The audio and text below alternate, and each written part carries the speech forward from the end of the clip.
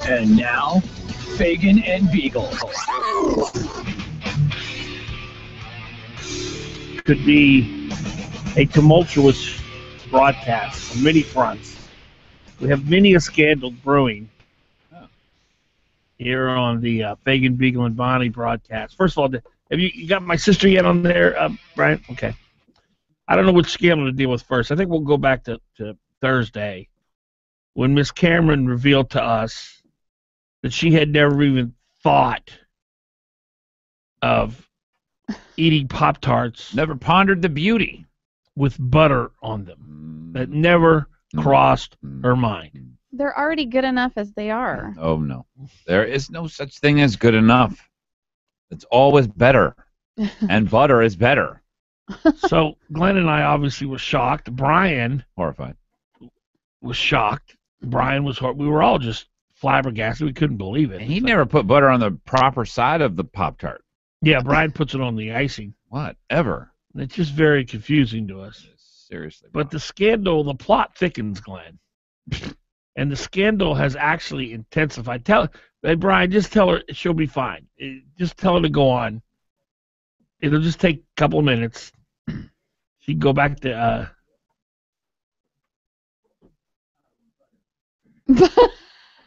trying to get my sister on the phone as a chemical engineer. Just put her on, Brian. Just put her on. I'll take responsibility.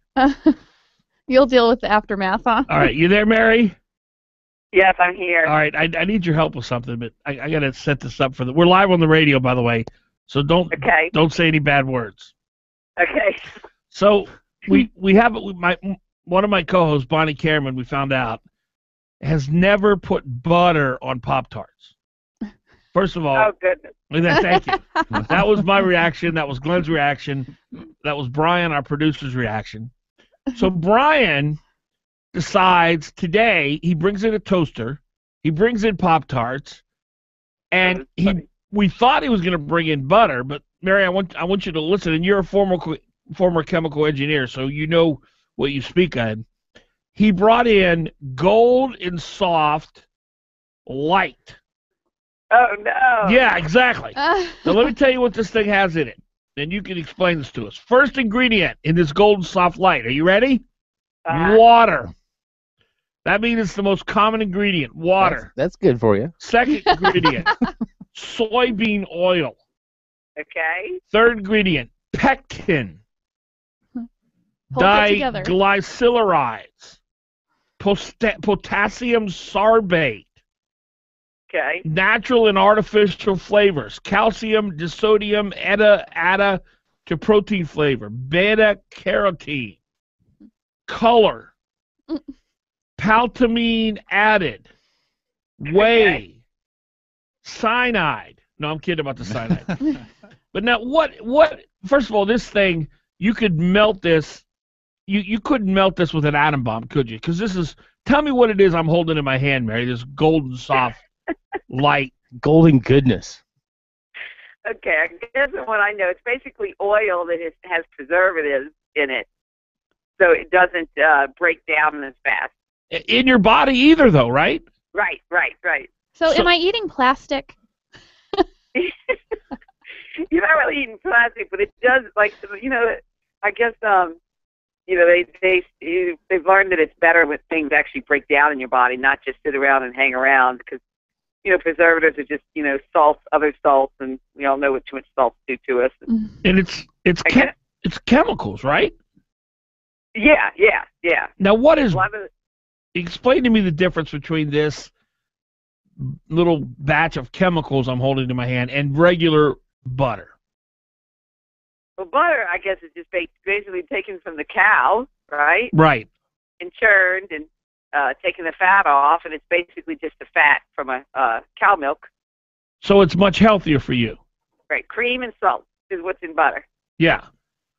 So, they always say to do the test to put the butter out. I've never done it, but put the butter out and then put the the margarine that's got lots of preservatives that won't break down. And what happens? And supposedly, the butter will mold and get old and break down. And supposedly the other stuff won't. You can come back in 25 years and the margin will still be sitting there. Yeah, I don't know. Because it's I've chemicals. never done the test Just as myself. good as the day it was Now, born. Mary, you are an excellent cook. You live in New Orleans, so you have to have a good sophisticated taste buds. Can you describe for me the difference in taste between this batch of chemicals in my right hand and regular butter, especially as it relates to cinnamon or strawberry Pop-Tarts? Well, first of all, have either of you ever tried Golden Soft Light? I don't think I could survive if I put this in my To body. tell you the truth, Danny, a lot of times that the tastes are actually better. Like, they'll use that It in is. fried stuff. And, the partially hydrogenated oils actually do taste better when they got all the preservatives in it. It's just like fresh meat when it has preservatives in it. I like And yum. it'll taste better, but, what does it do to your body is the question. Mary, you understand that we called you to bolster my case. Not shoot it down. Because No, that's bolstering your taste. you're my I mean, in sister. other words, it tastes better, but it's not good. All those times I defended you in the playground, and this is what I get. Okay, I'll leave you with a story of my husband. Okay, are you ready, Dan? Yeah. When he was a kid, he ate Pop-Tart for the last time. And you know why? Why? Because he bit into it and there was bugs in it. No. Oh, I am so not Buds? eating these now. What kind of buds? So we don't do Pop-Tarts anymore. What's a bud? A bug. A A bug. bug. They're Oh. like little bugs in it. Oh, wow. We'll have to read the ingredients on those and see if there's bugs in it. That box looks a little old. So Eric doesn't eat Pop-Tarts anymore? Oh no, Eric doesn't. He doesn't eat bread. But you do. You eat them with butter, right? Your kids eat them. I used to buy the Whole Foods Pop-Tarts because they don't have the partially hydrogenated oils in them. See, she knows all this stuff. Yeah, I don't think I want to know what's in my food. Well, Mary, I appreciate you. Thanks for the help. Well, Eric's brothers, he's always said about, he's learned that the bad fats and stuff. So Yeah, well, he just had a heart condition, right? yeah, so it can be bad for you. Yeah, butter, man. They're starting to cut them back in foods now. Yeah. No, it's all Even about though butter. they even say though that if it's less than like 0.5% or something 0.05%, they can actually put 0 grams trans fat on the label on the Oh, food. But because this it's actually says not.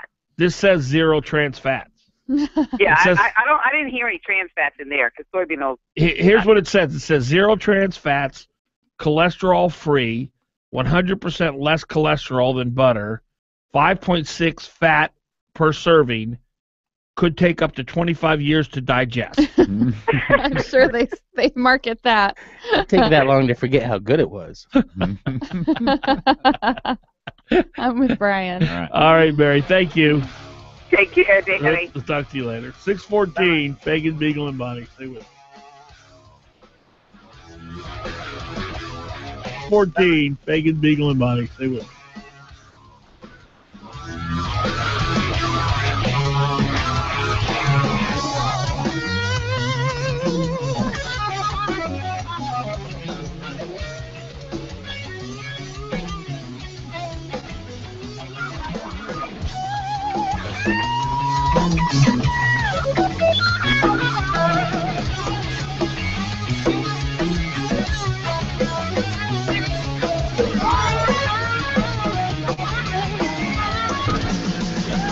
You're on with Fagan and Biegel.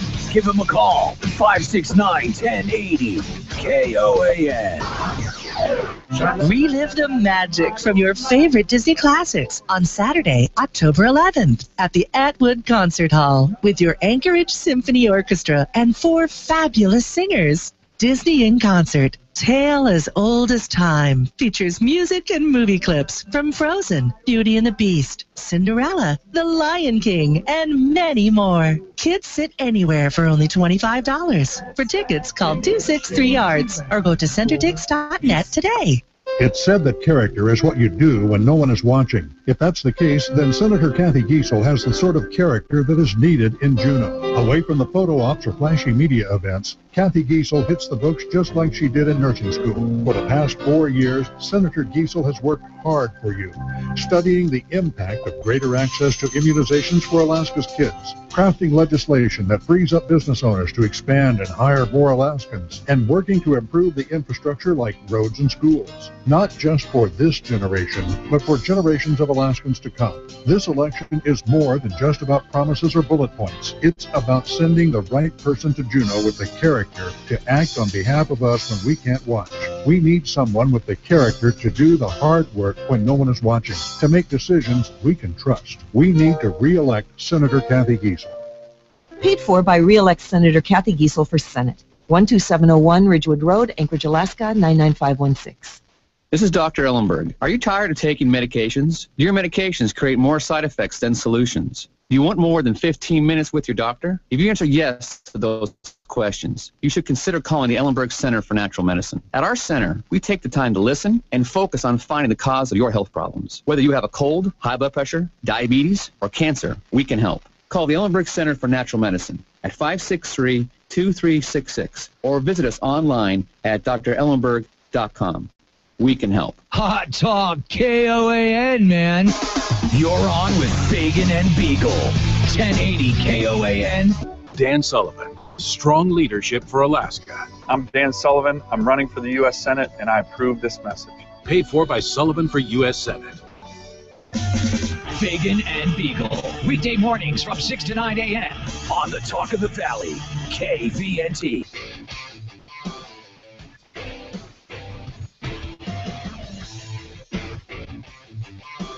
.17 in the morning, Fagan, Biegel, and Bonnie, 29th day of September. We're just rolling right along here, aren't we, kids? That election is coming right up. Fourth quarter almost underway. That's right. What are we? We're a little bit more than a month, right? It's the November 4th. Yeah, so about 5 weeks maybe. Yeah. KVNT is where we're broadcasting out the valley here in Anchorage, KOAN. And our number 569-1080. Lance Roberts, who's an engineer up in Fairbanks, who's also on the city council or assembly up there, wrote a great column. You read it? No, I didn't read it, but just I've about had him on the program many times. Oh, you have? Yeah, he okay. is fantastic. Yeah. Yeah, and he really exposes the holes in Mr. Walker's pipeline plan, and he's going to be on today. Also, Senator John Coggio is one of my favorites. Tomorrow we got a superstar on the show. This woman is. I've never been more impressed with anyone than this Dina Paramo, Dr. Paramo, who's the school superintendent out in the Matsu School District. It's very rare that you hear an education bureaucrat or even superintendent speak so glowingly about the idea of parental involvement, competition, school choice. She's not afraid of it. She encourages it. Even to the point of vouchers. I mean, Yes. you will hear people oftentimes talk about it in the education establishment because they know they have the power to elect who they want.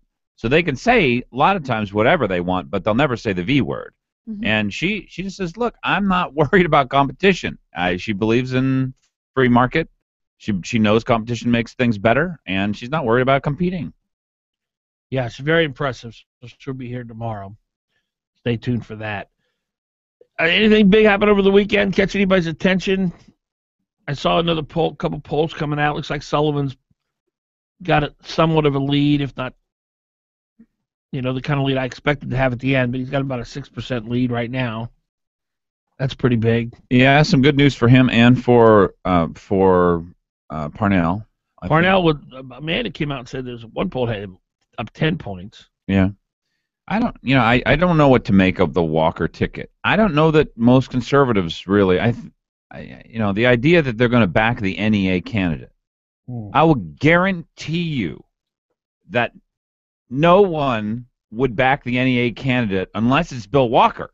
Mm-hmm. And so I really think there are a lot of people out there sort of trying to figure out, wait a minute, what exactly am I doing here? This is an AFL-CIO ticket. Vince Beltrami is going to be really the governor. I'm going to back that ticket? Well, why am I doing that? And I really don't think they've come to terms with exactly what they're about to do. It's such a tightrope they have to walk, the Walker-Beltrami ticket. Oh, wow. Yeah. Yeah, I mean, to hide, okay, well, I am pro-life, I'm not pro-life. Well, I am pro-life, but I'm not sure that I'm going to do anything about it. And then, to come out and say, okay, I'm going to cut the budget, and I asked Governor Parnell, excuse me, but did Vince Beltrami ever come and ask you to cut the budget? No, I don't remember that happening. How could they possibly, I guarantee you this, the NEA-backed candidate has never cut the budget in the state of Alaska, in Alaska history. It has not happened. It will not happen. It won't happen this time.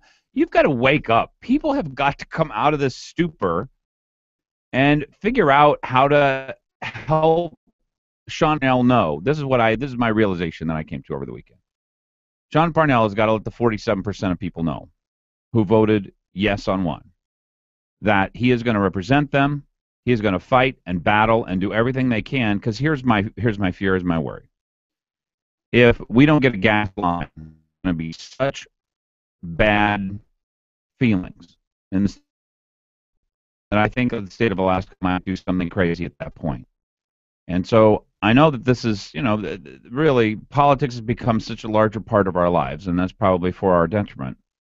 But I think that's the case too. But I think that's one of the things Parnell has got to do is help the 47% know, I'm going to represent you too. I will be strong on this. I know that we have to have a gas line. We've got $2 trillion worth of gas up there. It's got to get to market. I am going to do that for you. 569-1080. 569-1080. Brad Keithley and I got into a little bit of a squabble on his Facebook page, and he's just gunning for Parnell. And he's doing it under the auspice that Parnell has been irresponsible fiscally.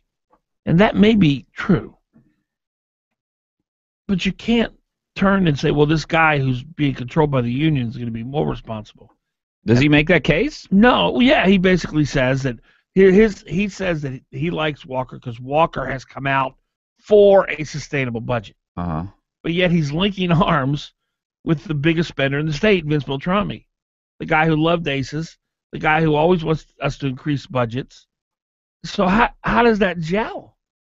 I don't know. Well, and this is something Brad Keithley really has to tell us, because, again, we get into the point here where people are saying things that just don't make sense. They've never happened before in the history of the state of Alaska. But and this is what Brad Keithley should be saying as a requirement. I know you're not going to cut across the board. I know it. You're not going to cut 15% of troopers. Don't lie to me and tell me you're going to cut 15% of troopers. You're not even going to cut 15% of DFYS. Since you're the NEA candidate, I know you're for greater, larger school budgets. Don't tell me you're going to cut 15% of that. You're going to cut 15% of the university? Really? You, as the NEA-backed candidate, are going to cut 15% of the university, which largely graduates teachers for the Anchorage School District with master's degrees. That's basically its purpose. You're going to cut 15% of that. What exactly you're going to cut 15% of? I really would like to know. And look, if Brad Keithley can't even answer that question, because at some point here, by the way, state of Alaska, this is the deep, dark truth, the honest truth about Alaska. Hey, you're a knowledgeable guy.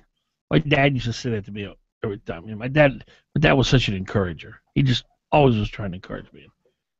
I'd say something about whatever. Just throw out a fact. And he'd go, boy, you really know some stuff. But you know some stuff, Glenn. So they keep talking about Parnell and the largest deficits in U.S. history. But I know we've got capital budgets versus operating budgets, but if he's cutting the operating budgets by $1 billion every year, how is it that we have the largest deficit, plus we're getting gazillions of dollars in from ACES? How is that possible? We have a huge bureaucratic welfare. So it's entitlement spending. The costs of Medicaid, well, Medicaid's the largest cost in the state of Alaska. I think it's over $2 billion. And then past that, you've got education, which is just about $2 billion, maybe a little over.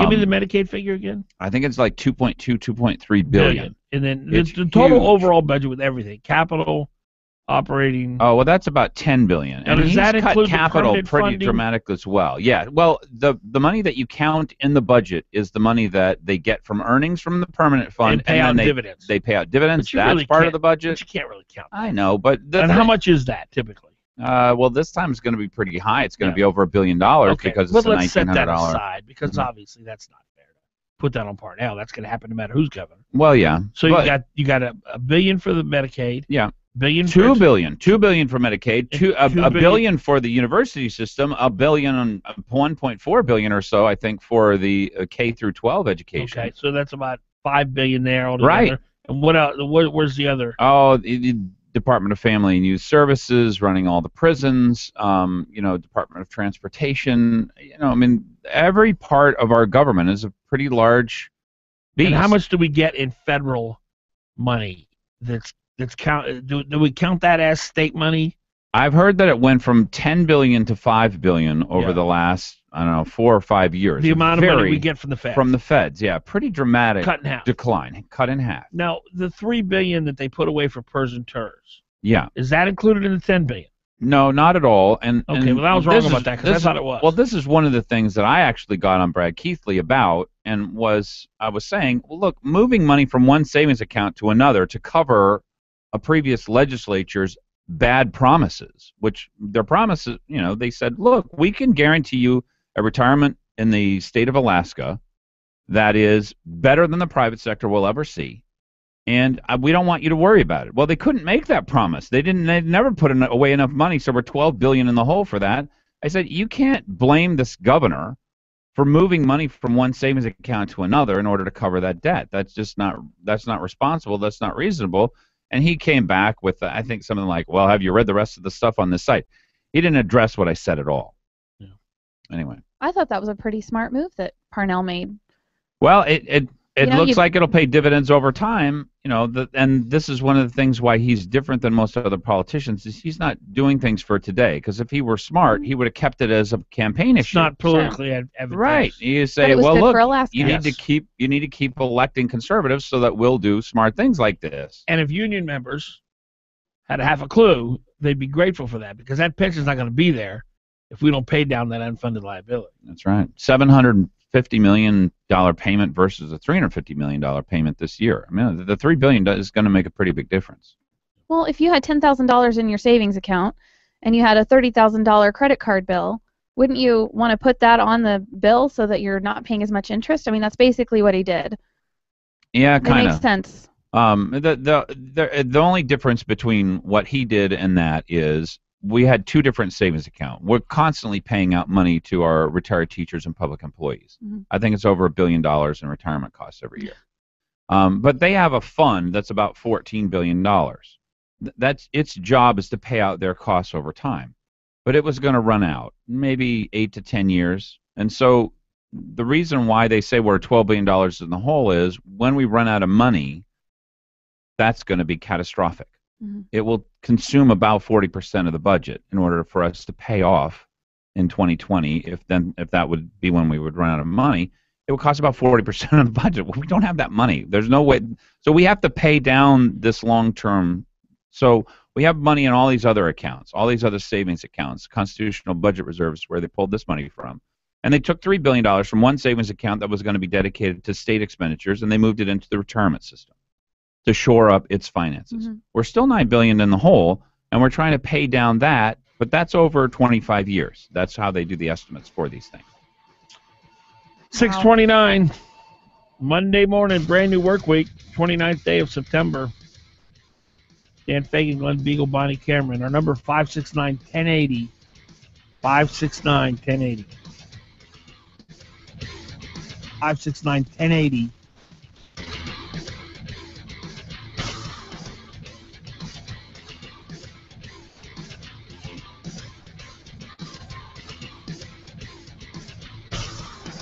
.com.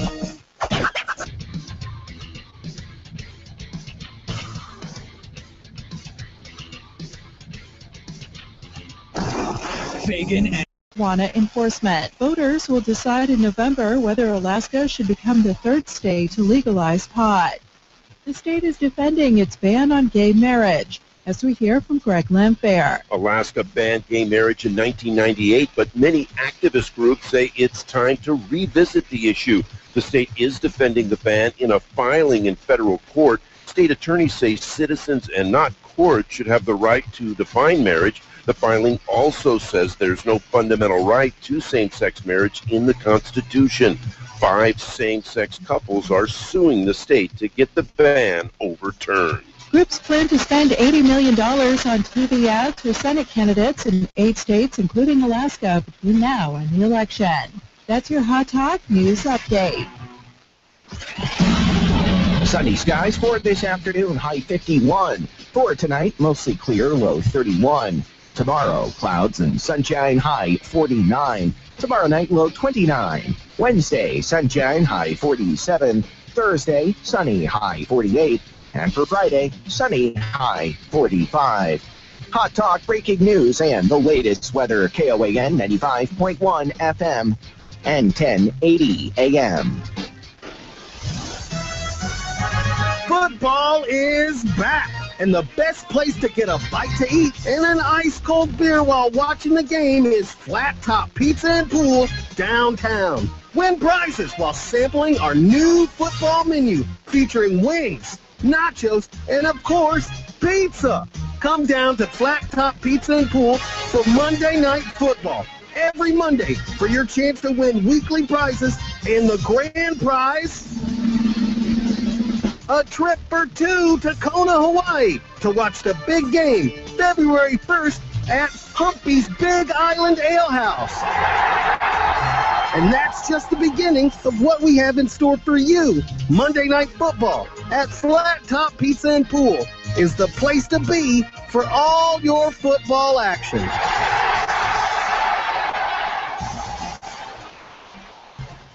In Washington, Mark Begich has voted with Barack Obama 97% of the time, adding trillions to the national debt, casting the deciding vote for Obamacare, and protecting Obama's executive amnesty for illegal immigrants. Alaska needs a senator who will fight back against Obama's agenda. As our Attorney General, Dan Sullivan sued to stop Obamacare and defended our Second Amendment rights. As Alaska's DNR Commissioner, Sullivan stood down Obama's EPA, unleashed new energy production, and created Alaskan jobs. Now Sullivan is running for the U.S. Senate to stop the Washington big spenders from bankrupting America. Sullivan will cut wasteful spending and support a balanced budget amendment. And Dan Sullivan is pro-life. He'll protect life while fighting to repeal Obamacare. Dan Sullivan, strong leadership for Alaska. I'm Dan Sullivan. I'm running for the U.S. Senate, and I approve this message. Paid for by Sullivan for U.S. Senate. Hi, my name is Mike Ferris, president of Alaska Enterprise Solutions. We are the face of Xerox in Alaska. Xerox is a trendsetter, and AES Xerox is following in those footsteps. We are the document management experts, specializing in short-term rentals of copiers and scanners. We have offices in Anchorage and Fairbanks, and we are your Xerox professional agency with an Alaska focus and worldwide support. You can reach us at aesalaska.com or 561-5100. Glen Biegel, you have beautiful teeth. Why, thank you, Dan Fagan. That's because my family and I have gone to Dr. Dan Kiley for years. I get scared at the dentist. Dr. Kiley knows people like you are afraid, so he creates a relaxed atmosphere at his office. People actually like going to the dentist for Dr. Kiley. I know it's important to have good dental health. And you look better with good teeth. And Dr. Kiley offers cosmetic dentistry along with general care. Visit Dr. Dan Kiley at lakeotisdental.com. Call him at 562-9209. When I grew up, I wanted to be a pro basketball player. An elementary school teacher. Oh, an Olympic gymnast. No matter what dream you choose or where you are in life, your local Country Financial representative offers helpful advice on everything from auto and home insurance to financial planning, education to retirement, and business insurance too, so that you can continue to grow and dream. For more information, visit countryfinancial.com or call 1-866-COUNTRY. Country Financial. Grow your own way. You're on with Fagan and Biegel on Hot Talk KOAN and online at 1080KOAN. Just call Sicily's Pizza 333-8000. Martin at Harrington.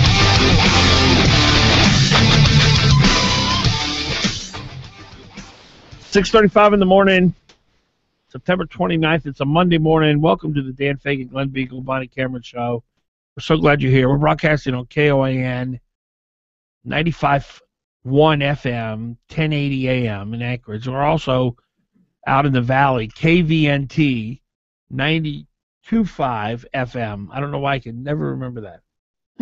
At 1020 AM. Because they keep changing on us all the time. Numbers. I always have to look at the 92.5. I can't. The 95.1 and the 92.5, they're too similar. Mm-hmm. I got you. So I can't get it straight. I don't know what to do on this. I don't know whether with Miss Pouty over there, or do we move on to other I'm stuff? not pouting. I'm cheerful. What do we do here, Glenn? You know some stuff. Well, I would address it. Okay, just let's your view of it, of what happened. I just don't want to No, get. it's okay. We don't have to. Yeah, you don't It's have okay. to. It's a whole new week. People could read about it. Brian, what do you think? Dan Fagan, Yeah, I we guess. do. We do need to address it. And maybe during the 7 o'clock and 8 o'clock hour. You think so? Oh, there you go. Yeah. Why do you say that? People want to know. About Thursday? Yeah, about your article. Oh, my column. You saw how many comments you had, like, in the first 30 minutes. You had I 7 think or when 8. I left my house this morning, we were at 1,300. People had viewed it. Wow. But I just posted it late last night, so it'll probably get who knows. My dad So what are you texted asking me him? from San What are you Diego. asking He Brian did. and I for? Yeah, he said, why did Dan walk off? Oh, my goodness. Maria Downey even sent me an email. I said, You're I think so loved. you got support. So does Bonnie. Well, look, all right, here's what I didn't say in the article, the column, which I was wanting to say, and I thought about it driving in. If I had it sitting across the table from me, a hardcore leftist who believed that the government is the answer and the private sector cannot be trusted. Les Guerra. Les Guerra. And Les Guerra sat here and looked at me in the eye and said, I am not going to vote for Mark Begich because I'm sick of the Democratic Party. The Democratic Party has not gone far enough, so I'm not going to vote for Mark Begich. I would look at Les Guerra and say, you're giving up. It's not about which side of the political aisle you're on. It's about giving up. Mm-hmm. About doing what you can with what is. Living in the present. Mm-hmm. The house is on fire. You're on the 3rd floor. You can either sit there and burn to death, or you can take your shot, jump, maybe break a leg, but you'll live another day. Living in the present. Right. Well, and living in what is. The fact is, the reality. Dan Sullivan, it will be the most conservative person we've ever elected from the state of Alaska. In the Senate. In the Senate, in the House. He's far more conservative than Don Young. Let's just be honest. So that's the difficulty. The reality is that he's not perfect, and he's not the candidate that some people wanted, but that's not the system we have. So this is an election or it's a protest. People have to decide what they're going to do. And I think you accurately described it as fatalism. A lot of people really want the system just to crash. They've been telling people we can't go on anymore. And in order for them to be honest, right, and them to be real and to be true and powerful, that has to be true.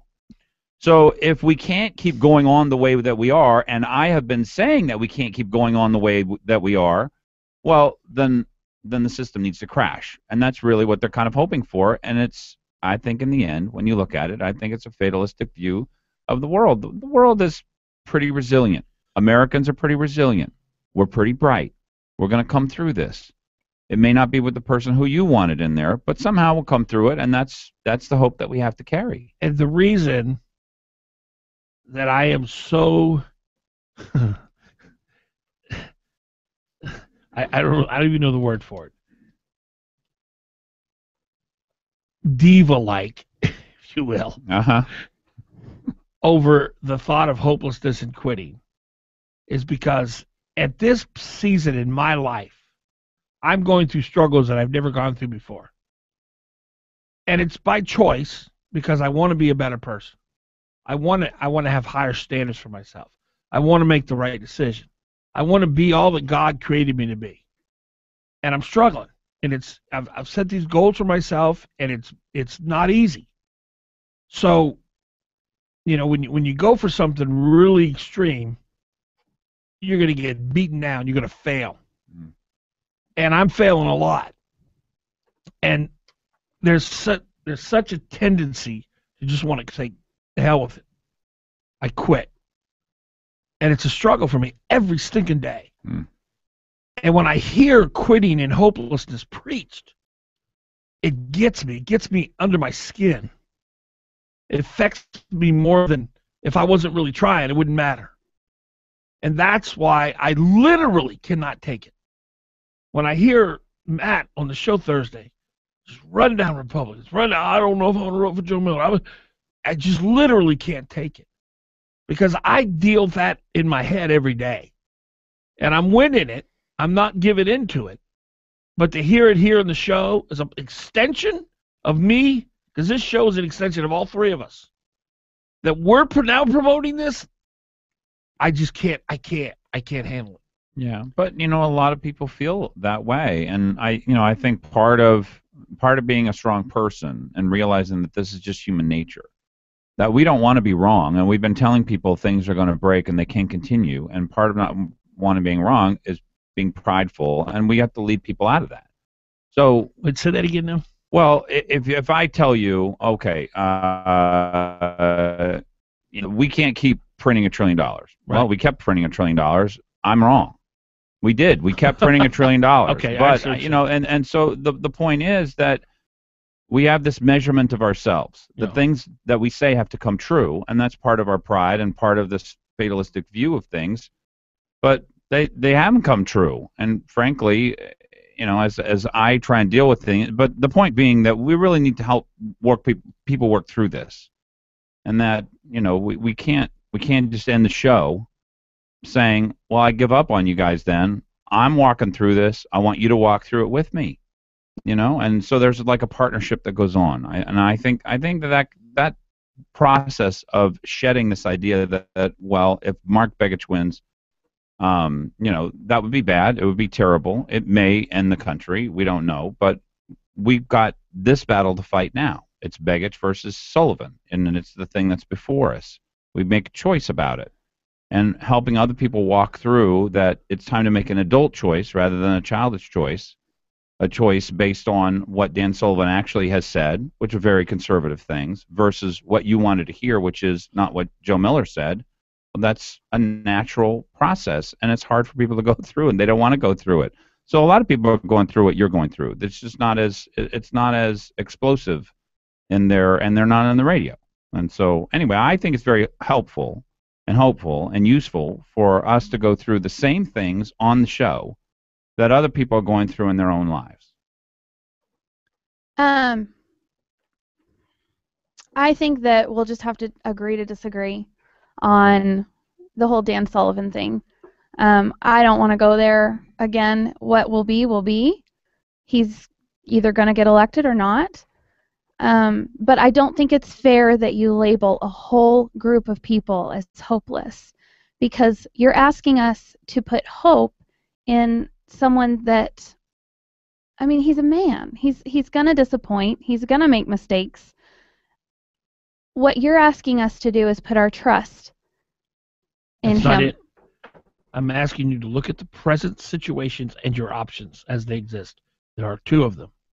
Don't vote and let Begich get back in, or vote and take Begich out. I'm not asking you to put your hope in Dan Sullivan, but between Begich and Sullivan, you honestly can't tell me that the same consequences will come regardless of who wins. We all have a vote. We can use it how we want to. We shouldn't be bullied into it. It's the truth. That I feel like I'm being bullied into it. I wish you were as passionate towards Les Guerra as you are to the people who are on your side. Les Guerra's irrelevant. He's not in power. He has no power. 644.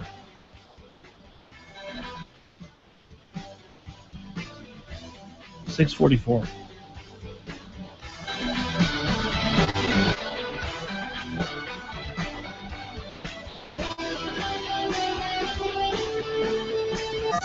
Five 569-1080. Join the conversation.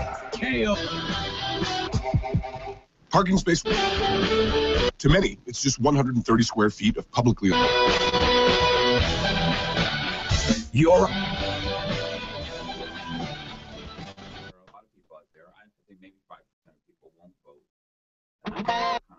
Fighting for to keep them in the game, to help them work through this and see. I have no patience for quitters. I have no patience for quitters. Yeah, I know, but You're labeling them that, though. They wouldn't say they are. I don't think they're going to quit. Well, that's your opinion. They can still be. They can still be reached. You know. Matt Johnson That's sat our here job. and took you pointing at him, both of us. You were sitting here pointing at both of us. We sat here and took that. He is a good man. He's not going to quit either. He's going to vote for Sullivan. He said he didn't know. Yeah. Well, that means we still got to fight. But I believe he's going to vote for Sullivan. Or nothing. Alaskans are pronouncing that this is the way people are. It doesn't give them a chance to heal and figure things out. And the real difficulty I have is it doesn't give me a chance to convince them that that's the wrong position. I don't want to label them as quitters. You say, look, if you're not going to vote in this election, you are a quitter. That is what you should say. That's what I'm saying. No, you say you are quitters. Because you're not going to vote. No, they may vote. If you don't, that's the right. See, that's the argument. Fair enough. Yeah. Fair. Give them a chance. I'm sorry. What did you say, Brian? Okay. Oh, I can hear him. We only. And that's another thing. Kathy Giesel spent $80,000 on travel while approving the largest budget deficits in Alaskan history. Looks like Harry Crawford is the real fiscal conservative in this South Anchorage race for the Senate. Please vote on November 4th. Paid for by Crawford for Alaska, Anchorage. You're on with Fagan and Biegel in the morning. Give him a call, 569-1080.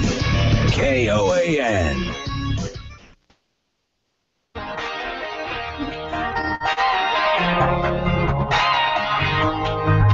One watch.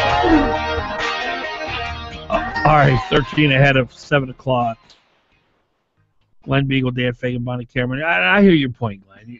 What you're saying is, it is my personal opinion that if someone who's a conservative and claims to love the free market and understand the tyranny that Mark Begich and Barack Obama will bring us, if they truly understand that and they do not vote, then it is my opinion that they have quit on this country.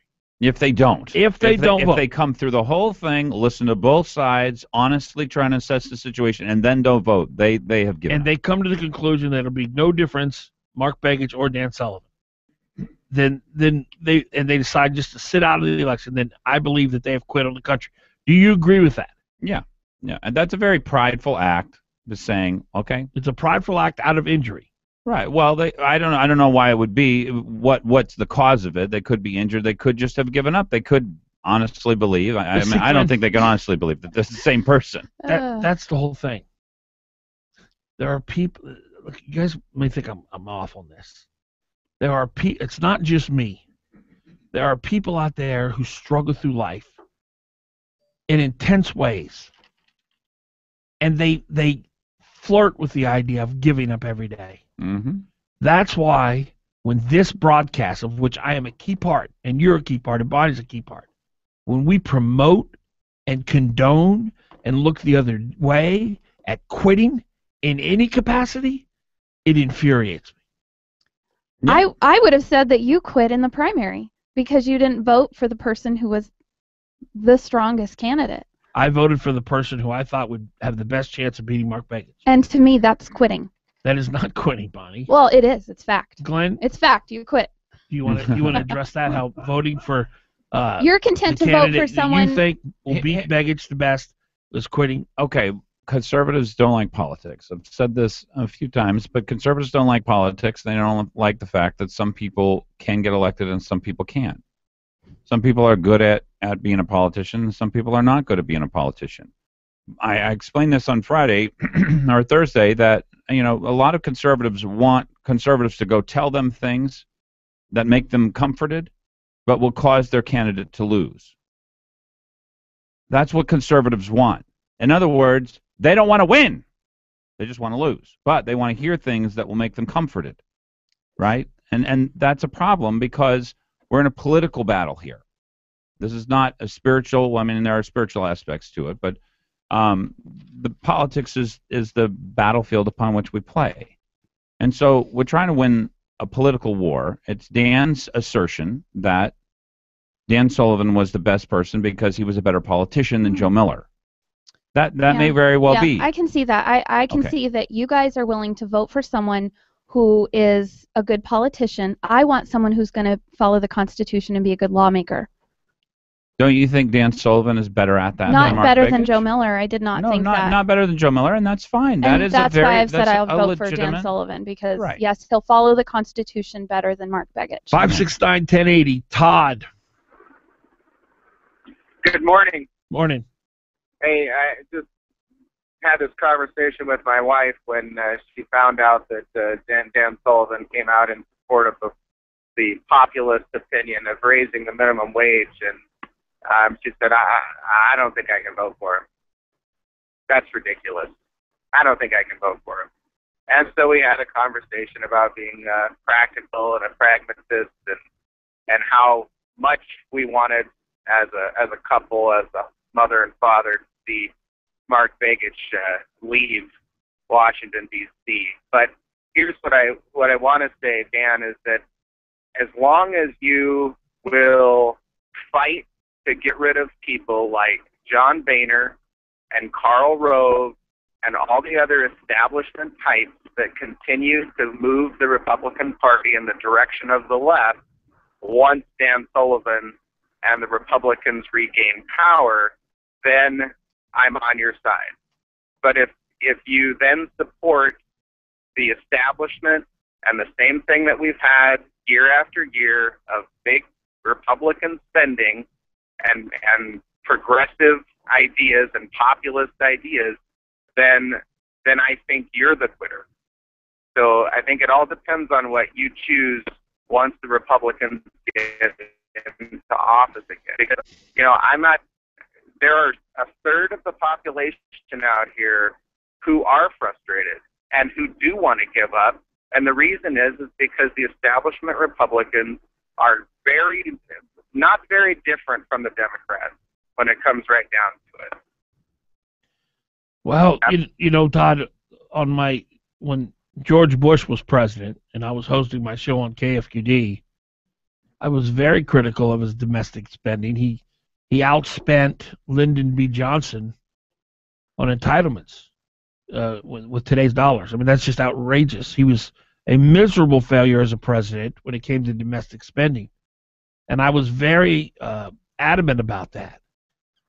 I've always, look at Sarah Palin when she was governor and her leftist policies. I was her harshest critic. I have never just taken the party line and towed the party line. I've many times over criticized Republicans much more. I absolutely took Sean Parnell over the coals for the crime lab and illegally hiring Nancy Dahlstrom and Gene Theriault. I've been much more critical of Republicans through the years than I have of Democrats. But you were defending Karl Rove on Thursday. Well, what Matt was. No, I understand that, and I understand that the Tea Party folks. I'll probably lose them there. No, I understand, and I'm kind of getting extreme on this because they think Karl Rove is Adolf Hitler. He's not Adolf Hitler. He's not Joe Miller. Republican. He's not Joe Miller, and he's not Ted Cruz. And he's not Rand Paul. I understand that. He's campaigned against multiple candidates who are constitutional conservatives this campaign season. I understand, and really what I was doing was I was using the absurd to address the absurd. He's not Adolf Hitler. He's not the problem. George Soros is the problem. Barack Obama is the problem. Mark Begich, Harry Reid, Nancy Pelosi, they're the real problem. But Karl Rove is the problem also. And in the primaries, we need to make sure that we're supporting people who are constitutional conservatives. And then when they don't win, we need to make sure we support people who can get rid of the progressives. But then once we have some political power, we need to instruct and teach people about why Karl Rove's philosophy and establishment Republicans' philosophy is leading us in the wrong direction. And Lisa Murkowski is next. We're going to have to make a choice there. I hope so. But who's going to run against her? I mean, Joe Miller? And then we'll have a bunch of establishment Republicans write in Lisa Murkowski again. Or just vote for her. Well, if she runs in the primary, I think she'll have a very difficult time if a conservative runs against her. Even Joe Miller, I think, could probably beat her in the primary. Yeah, and then if she loses, then the Republican Party in Alaska will support her and encourage a write-in candidate. The business community will, which is a big part of the Republican Party. Native corporations, the leftists, everybody will. The pro-abortion people. But I think she's going to have trouble. I know. I've talked to someone with her office before, and they're worried about her getting reelected because they don't think she can win a primary unless they put up somebody who's just a fringe candidate. Well, I will not vote for her ever again. So, and I'm not sure I did anyway in the first place. But even if it's to save, against a Democrat, I won't vote for her, and we'll be back to where we are now. Except that I do think Dan Sullivan should have a chance to prove himself. Yeah, I guess Dan, what I'm trying to say is that most of us who are frustrated also realize that Begich needs to go, but you have to also understand that if you or others or people who are Dan Sullivan supporters who take your approach, which is not necessarily a bad thing, but you have to understand that we're out here, and if the Republican Party doesn't change, we're just going to get more of the same, and eventually we will be frustrated beyond the point of voting. Yeah, Todd, would you admit that the 2 terms under Bush and the 2 terms under Obama, while that Bush was not as good as you wanted it to be, it's been night and day? Well, certainly, but that's not my point. But that's my point. That's my point. I know, but that's why I will vote for Dan Sullivan. But when we need to change. We need to change it. We need to not be voting for Republicans in the primary even. Mm-hmm. And we also need to instruct people. We need to teach people. Dan Sullivan missed a great opportunity to teach people about why minimum wage is an assault on our economic freedom. And he didn't do that. No. And for whatever reason. So yeah. No, I agree with you on that. I mean, that was a kick in the gut when I heard that on the radio. It's an absolute kick in the gut that he came out and supported it. It's very disappointing. Todd, I appreciate your call. Yeah, thanks. 6:58 is the time. 569-1080. 569-1080. Dan Fagan, Glen Biegel, Bonnie Cameron. We'll be right back.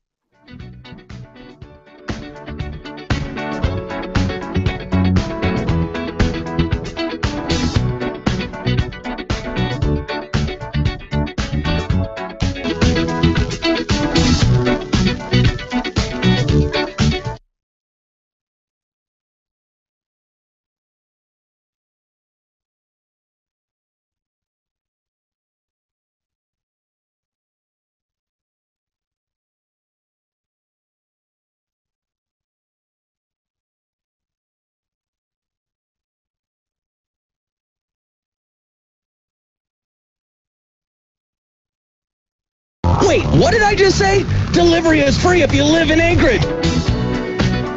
Back to the commercial. Best split firewood. Call now, 727-928 and get 2 bundles of starter sticks with your order. Hold on, 2 bundles of starter sticks and free delivery in Anchorage? That's way cool! Best Split Firewood will deliver mostly all birch split and ready for your fireplace or wood stove, no matter how much you need. A quarter, half, or full cord. They have the best firewood in the city, and they'll even mix in some spruce if you ask for it. And don't worry if you just need a couple of bundles. Best Split Firewood has them wrapped and ready to go at half of what you would pay anywhere else in the city. Best Split Firewood. Call today for free delivery in Anchorage, and count them 2 bundles of starter sticks. 727-5928. That's 727-5928. Visit their new location at 2000 East 68th Avenue. Hot Talk all day. Hot Talk every day. 95.1 FM, 1080 AM. KOAN, Anchorage. Fox News Radio. I'm Dave Anthony. Was he an ISIS wannabe? That's an unanswered question as the Oklahoma man who converted to Islam faces murder charges for last week's beheading. Fox News Radio's Tanya J. Powers has more live. The official charges are expected today for Alton Nolan, who is accused of beheading a former co-worker and stabbing another woman at a food distribution center. In a video statement on Facebook, his mother says this is not the son she knows. I'm praying that justice will prevail. The whole story will come out. Police say the attack was stopped when the company's COO, a reserve sheriff's deputy, shot Nolan. Nolan and the stabbing victim are expected to be okay, Dave. Well, Tanya, the airstrikes keep raining down on ISIS in Syria. Activists report towns and villages controlled by the militants have been targeted. There's a new president in Afghanistan, and he's going to sign the agreement the U.S. did not get when ending the Iraq War. Fox News Radio's Emily Wither live in our Middle East Bureau. The president is replacing Hamid Karzai, who refused to sign the security pact that would keep U.S. troops in Afghanistan past the end of the year. Newly sworn-in Ashraf Ghani has said he will. The senior advisor to President Obama is indicating he'll sign the dotted line as early as tomorrow. The naming of a new leader ends months of political tensions. Ghani has agreed to form a unity government with his election challenger, Abdullah Abdullah. He'll take up the role of chief executive. Dave? Only the head of the FAA has ordered a review of agency protocols following Friday's sabotage at an air traffic facility where workers accused of setting a fire then attempting suicide. It is still affecting flights. Nearly 600 more are canceled or delayed today to and from Chicago. This woman's a nervous traveler at O'Hare. We have to go back to work tomorrow in California. The FAA says it'll take 2 weeks to fully restore operations. On Wall Street, there is selling this morning, but not as bad as when the opening bell rang. The Dow is now down just 87 points, over 17,000 again. Fox News Radio, fair and balanced. Attention homeowners, I'm Jay Farner, president of Quicken Loans, and I have some important information for you regarding the U.S. government's Home Affordable Refinance Program, or HARP.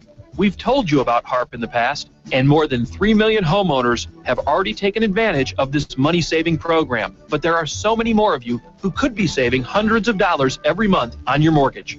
And Quicken Loans is here to help you save your money. The home loan experts at Quicken Loans fully understand the HARP guidelines. If you weren't HARP eligible in the past, new guidelines could mean that now you are. Give us a call and we'll give you a Quicken Loans mortgage review. It's simple and easy. And for 4 years in a row now, J.D. Power has ranked Quicken Loans highest in the nation in customer satisfaction for primary mortgage origination. Call 800-QUICKEN. That's 800-QUICKEN. Or go to QuickenLoans.com for a mortgage experience that's engineered to amaze. For J.D. Power award information, visit jdpower.com. Payment example excludes taxes and insurance costs. For cost information, equal housing lender license in all 50 states. NMLS number 3330. Well, howdy, I'm Nick Worthington, Ford Giant, Worthington Ford. And folks, we're having a huge sale. Right now, you can get friends and neighbors pricing automatically on these beautiful new 2014s. That's the official pricing set by Ford. And you can use your PFD today. Look, here's a Ford Excursion, just $12,900. And here's a Lincoln Navigator, just $12,900. Or how about a Mazda 3 for $69.50? Or a Ford Focus for just $49.50. And remember, you can use your PFD today. And if you're looking for a new Ford, Friends and Neighbors pricing could save you a lot. This is your chance to automatically qualify for Ford's Friends and Neighbors pricing, so don't miss it. Plus, if you've got a trade-in, we need it. Push, pull, or drag it in, and we'll give you top dollar. Everyone qualifies for this special offer, so hurry on in to Giant Worthington Ford on Gamble. Stock number 03 Focus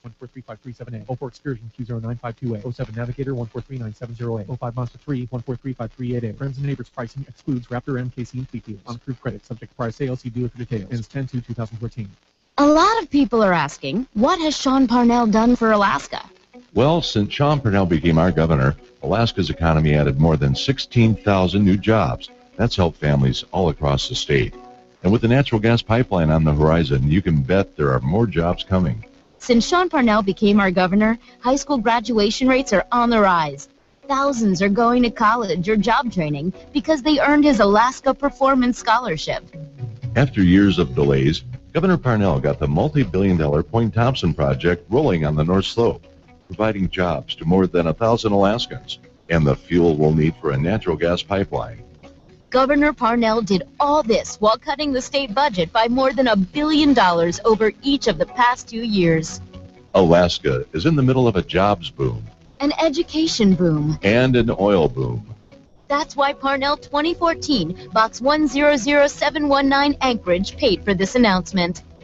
This is Dr. Ellenberg. Are you tired of taking medications? Do your medications create more side effects than solutions? Do you want more than 15 minutes with your doctor? If you answer yes to those questions, you should consider calling the Ellenberg Center for Natural Medicine. At our center, we take the time to listen and focus on finding the cause of your health problems. Whether you have a cold, high blood pressure, diabetes, or cancer, we can help. Call the Ellenberg Center for Natural Medicine at 563-2366 or visit us online at drellenberg.com. We can help. Here's my good friend Keith Monternock, Automotive repairs can be frustrating. Let me help. Call 349-1637. I have been in business for nearly 20 years at the same location. Specialty Truck and Auto is in South Anchorage behind the Long Branch Saloon where Diamond becomes Abbott. I have 6 ASE certified technicians working from 7 a.m. until 6 p.m. Monday through Friday. I have a voucher for any of the 6 Alaska Laser Wash locations for each customer. If you schedule ahead and need a ride when you drop your vehicle off, I may be able to help. Call Specialty Truck and Auto, 349-1637. Hot Talk KOAN, man. You're on with Fagan and Biegel. 1080KOAN.com.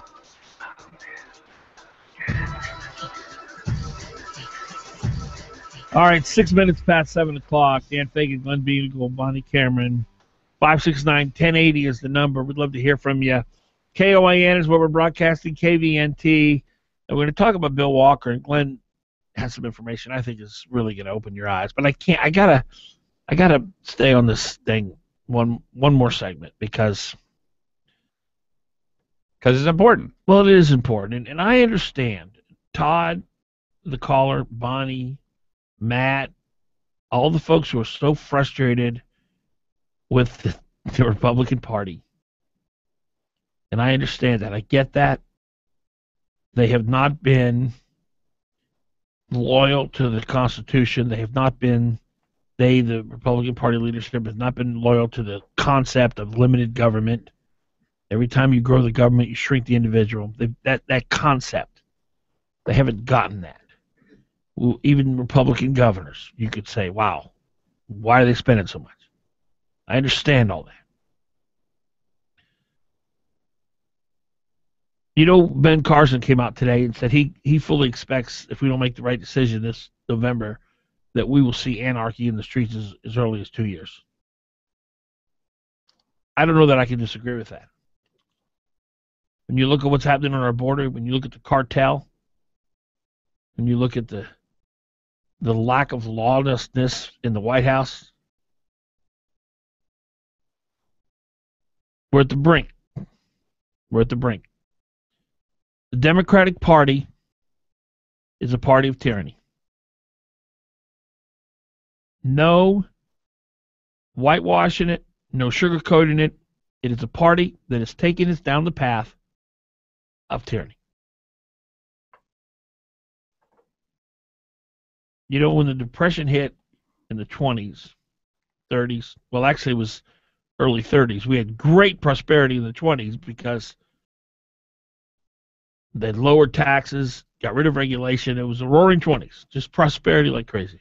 We had a stock market bubble, stock market crashes. FDR, the hero of the left, brings in all these big government regulations, totally grows the size of government, signed an executive order in 1942, April 27, 1942. This was to get us out of the Depression. This was his answer. Everything you make as an American above $25,000 a year, the government will collect 50% no, 60% no, 80% no, 90% no, 100%. FDR signed an executive order in 1942 that everything you make above $25,000 the government keeps. Why would anybody need more than $25,000? That's what I can't figure out. Congress balked at it and lowered it to 90%. Wow. So here you are.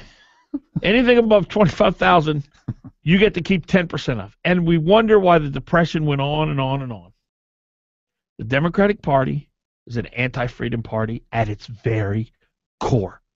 It is every single thing Barack Hussein Obama has proposed as president, every single thing, without a single exception, has been designed to gut the economy. There are no exceptions. And to focus our ire and our wrath and our resentment and our bitterness toward the Republican Party, and not realizing that this movement, which is a movement of tyranny, which is in control, which has just transferred a sixth of our economy under government control, is a clear and present danger and must at all cost be defeated. We're sitting here, we're nitpicking about Sullivan, when you got a guy in Mark Begich who invited to a resource development state the EPA to come in here and invade us and to gut our economy. And we don't like Dan Sullivan's shoes. We have misplaced our energy. And it just infuriates me.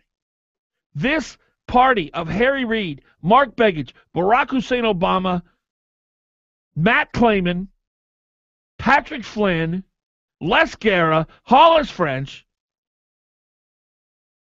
they are leading us down a path to complete and total tyranny. Well, I just wish it didn't infuriate you. I wish it empowered you. It enlivened you. That's why I'm here. Exactly. I would much rather be on a golf course in a warm climate. Isn't that true, though? But that's what it does do. What it does do is it inspires you. You have got to get the message out. A lot of people don't know. There are a lot of people who look and say, well, there are 50 million people on food stamps. That's got to be a good thing. It's not a good thing. That means there are 50 million people who cannot feed themselves because Dad's not home. I agree with everything you just said, Dan. Everything. It's when the Republicans cross into that path that makes me infuriated and me distrust them. And so I hope people vote for Dan Sullivan. I hope and I trust that he will go to D.C. and vote according to the Constitution and be there for what we elected him for and prove that he is as conservative as he says he is. And I hope people give him the chance. If he doesn't do it, we vote him out. We vote for someone else. Very adult. That's it. That's really the only choice that's before us. I mean, people want things to have turned out a different way.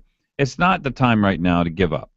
It really isn't. Mark Begich loves it when Karen and I'm trying to remember the other people on Facebook come on and say, Dan Sullivan has East Coast values.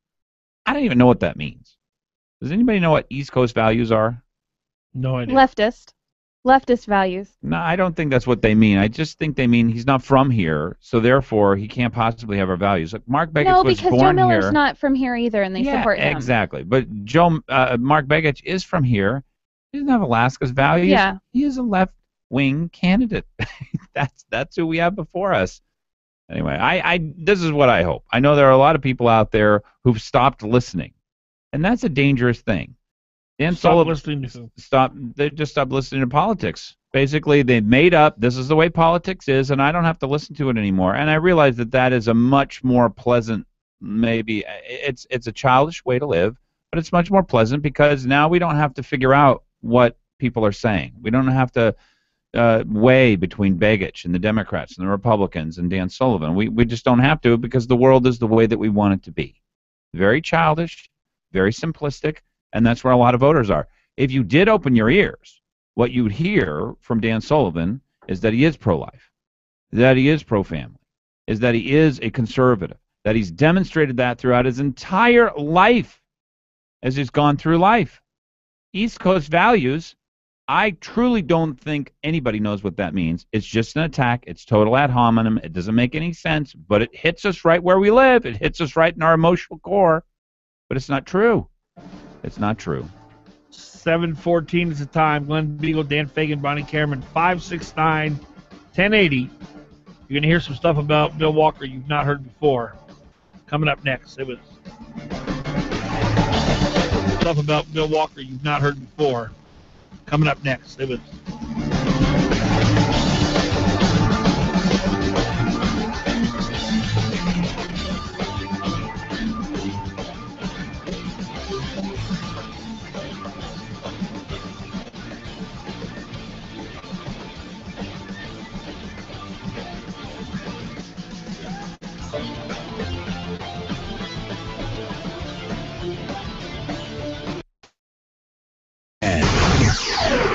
Relive the magic from your favorite Disney classics on Saturday, October 11th at the Atwood Concert Hall with your Anchorage Symphony Orchestra and 4 fabulous singers. Disney in Concert, Tale as Old as Time, features music and movie clips from Frozen, Beauty and the Beast, Cinderella, The Lion King, and many more. Kids sit anywhere for only $25. For tickets, call 263 Arts or go to centertix.net today.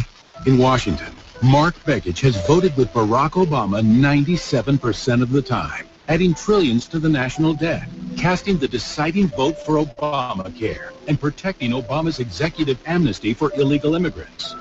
Alaska needs a senator who will fight back against Obama's agenda. As our Attorney General, Dan Sullivan sued to stop Obamacare and defended our Second Amendment rights. As Alaska's DNR Commissioner, Sullivan stood down Obama's EPA, unleashed new energy production, and created Alaskan jobs. Now Sullivan is running for the U.S. Senate to stop the Washington big spenders from bankrupting America. Sullivan will cut wasteful spending and support a balanced budget amendment. And Dan Sullivan is pro-life. He'll protect life while fighting to repeal Obamacare.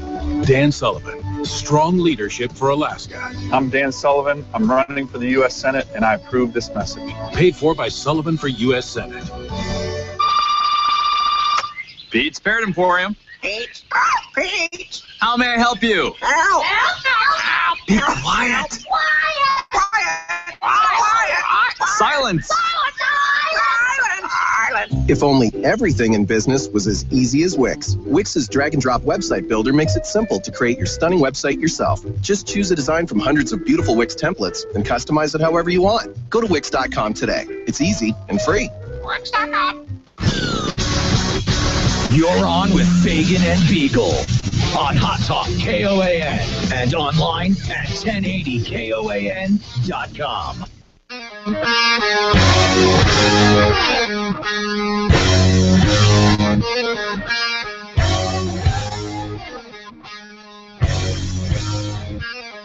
All right, welcome back. 7:17 is the time. Dan Fagan, Glen Biegel, Bonnie Cameron. Just one last thing, Glenn, about this, and Bonnie, about this.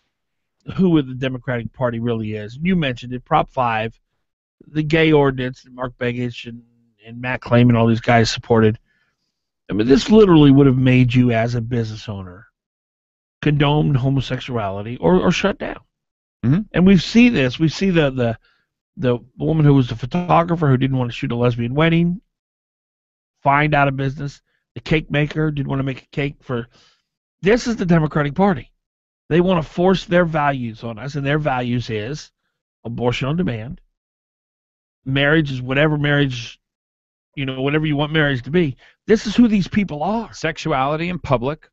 Absolutely. You are not. They are allowed to be offended by anything you do or say. You are not allowed to be offended or do anything against what they believe. And I guarantee you, if the Democrats continue to be in power, continue to have their way, there will come a day when a Catholic priest, evangelical minister, a Jewish rabbi will not be able to say from their pulpit, I believe homosexuality is a sin.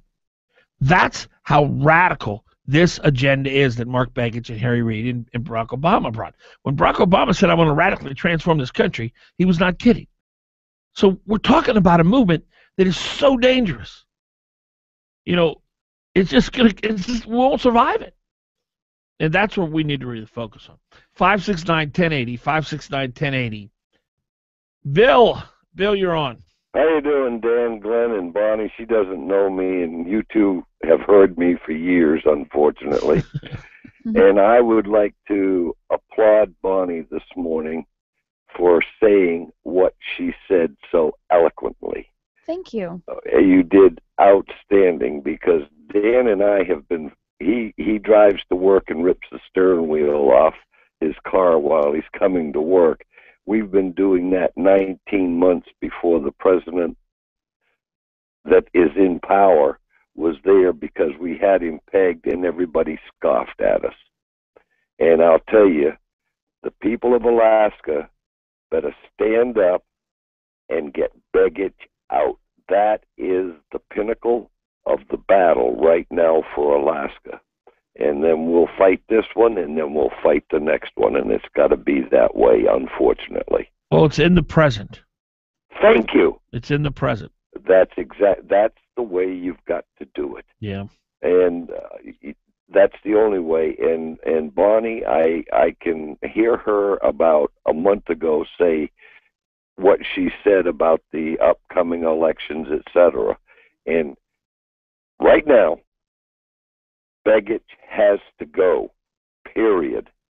And that's just the way it is. I'm just sick and tired, as you are too, Dan, of the Republican Party, and I put that in closed parentheses, just waning one way or the other, and let's see what... No.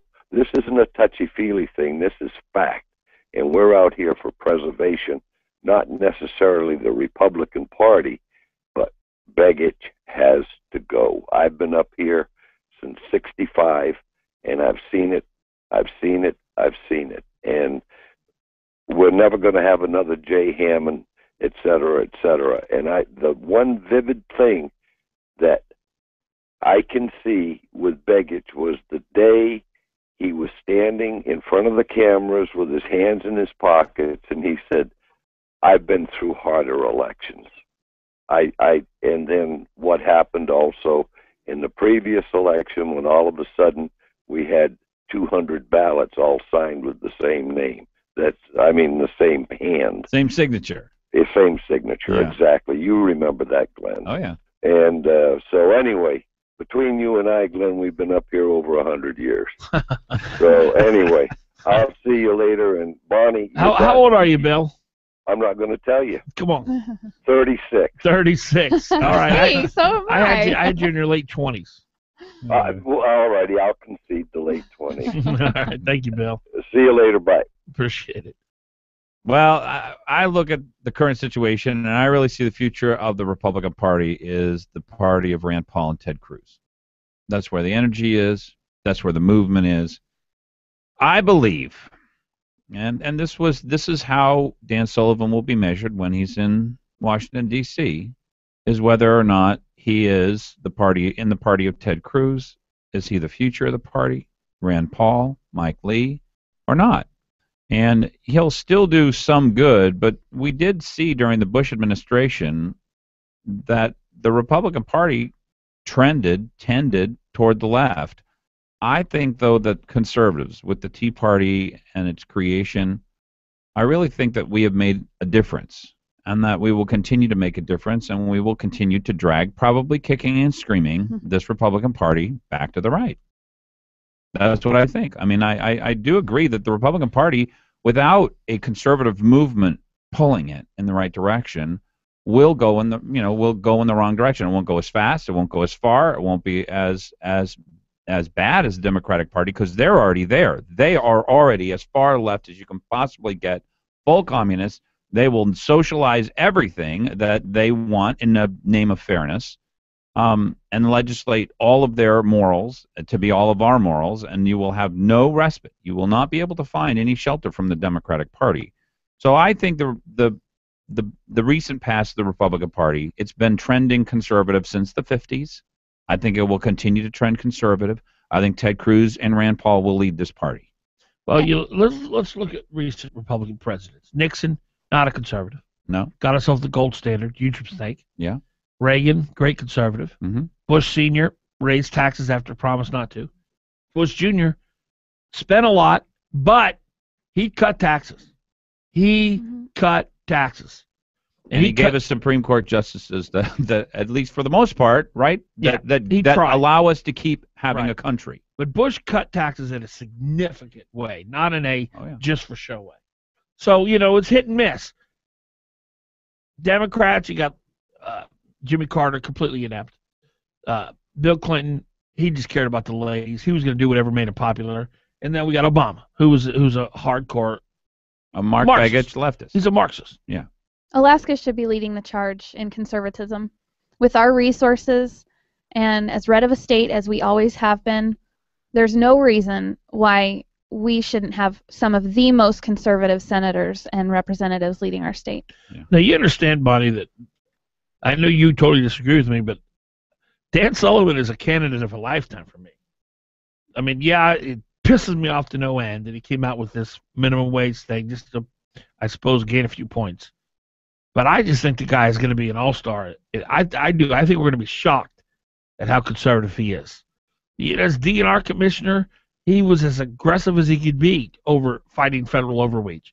As attorney general, he was as aggressive as he could be fighting Obamacare, fighting the EPA. I think this guy is conservative to his core. He made some decisions in the Lisa Murkowski, Joe Miller thing that trouble me, but I'm hoping that he learned a lesson from that and that he will go to D.C. and make the right choice, constitutional choice and the constitutional votes. Alaska. I think that he is a states' rights guy. And I think that as Ted Stevens late in his life learned that we have traded way too much of our authority over our own lands, the federal government, for a little bit of money. I hope that that Sullivan has learned that lesson and that we can't do that anymore. Really, his one job is to go back there and fight the EPA. We cannot be inviting the EPA in to shut down state lands and development on state lands, as Mark Begich has done. We just can't do that. We can't have people who do that. He's fought all the right battles. He's fought them on behalf of the state of Alaska. He's got a great record. And, for people who are out there, and I keep hearing them repeat these stupid things like that he's got East Coast values or whatever, they're not listening anymore. They're not thinking anymore. And I don't even really think that they are looking at his record. So I do hope, and I think that that's really what will happen over time. Begich is going to keep on with his constant reminders that you have to go out and buy your own condoms. If you work for the 5% of companies that do not want to buy you condoms, and that's the most important issue. So he's going to keep saying that, which is ridiculous. How insulting. Your boss can prevent you from getting health care. Can you believe it? How insulting is that? I saw that commercial, and I just thought, what did the woman say? She said something like, you can't tell people what was something about employers not giving birth control pills, but yes, they can. Well, no, if they don't want to provide that service, then they don't have to. And you don't have to work there. But that's not the language. Right. That's not the language in the commercial. Dan Sullivan wants your boss to prevent you from having reproductive health care. It's ridiculous. You got to buy your own damn pill. That's not even You true. can reproduce. Go ahead. We'd love you to reproduce. We need you to reproduce. The clear implication is that if your boss says, I do not want you on the pill, you are not going to get on the pill. Yeah. It's outrageous. And the fact that the dispatch and all these guys, they just totally ignore. Man, someone's got to call them on the carpet for that. We're going to call them on the carpet. That's what this show's for. Look, it's fun because we know that when Begich gets to that level, he's really got nothing to talk about. Oh, he's so desperate. He's not going to talk about his record. He's not going to talk about $7 trillion in debt. By the way, you said something on the show that he's never been on this show. He's been on this show. He was our first guest. Yeah, he was our first guest, and he will come back anytime. I'll get on tomorrow. Oh, really? Well, good. He has never once turned me down. Okay, good. I'm waiting. Good. I'm waiting for just the right opportunity. Don't worry. We're going to get him on. All right. We will get Begich on. I promise you that. All right. I really wanted to hear from this. We're out of time, but we'll get into it a little bit later. Some of these things about Bill Walker and the assertions he's making. Piece from Jonathan Katchen today in the Alaska Dispatch News. Pretty powerful. 569-1080, 569-1080. Glen Biegel's here. Bonnie Cameron's here. I'm here. My name is Dan Fagan, and we are broadcasting on KOAN, KVNT. We're glad you're here. Stay with us. Be right back.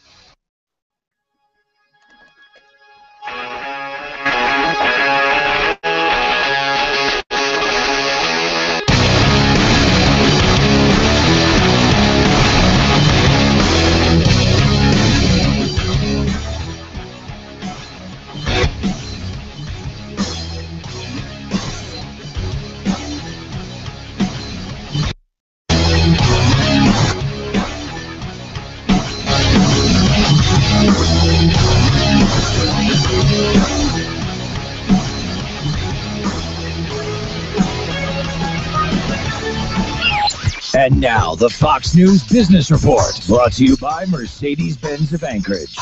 The best or nothing. From the Fox Business Network stocks are trading lower as investors follow pro-democracy protests in Hong Kong. At around 11 a.m. Eastern, the Dow Industrials are off by 72 points. But shares of DreamWorks Animation are sharply higher. SoftBank reportedly is in talks to acquire the Hollywood studio behind the hit movies Shrek and Madagascar.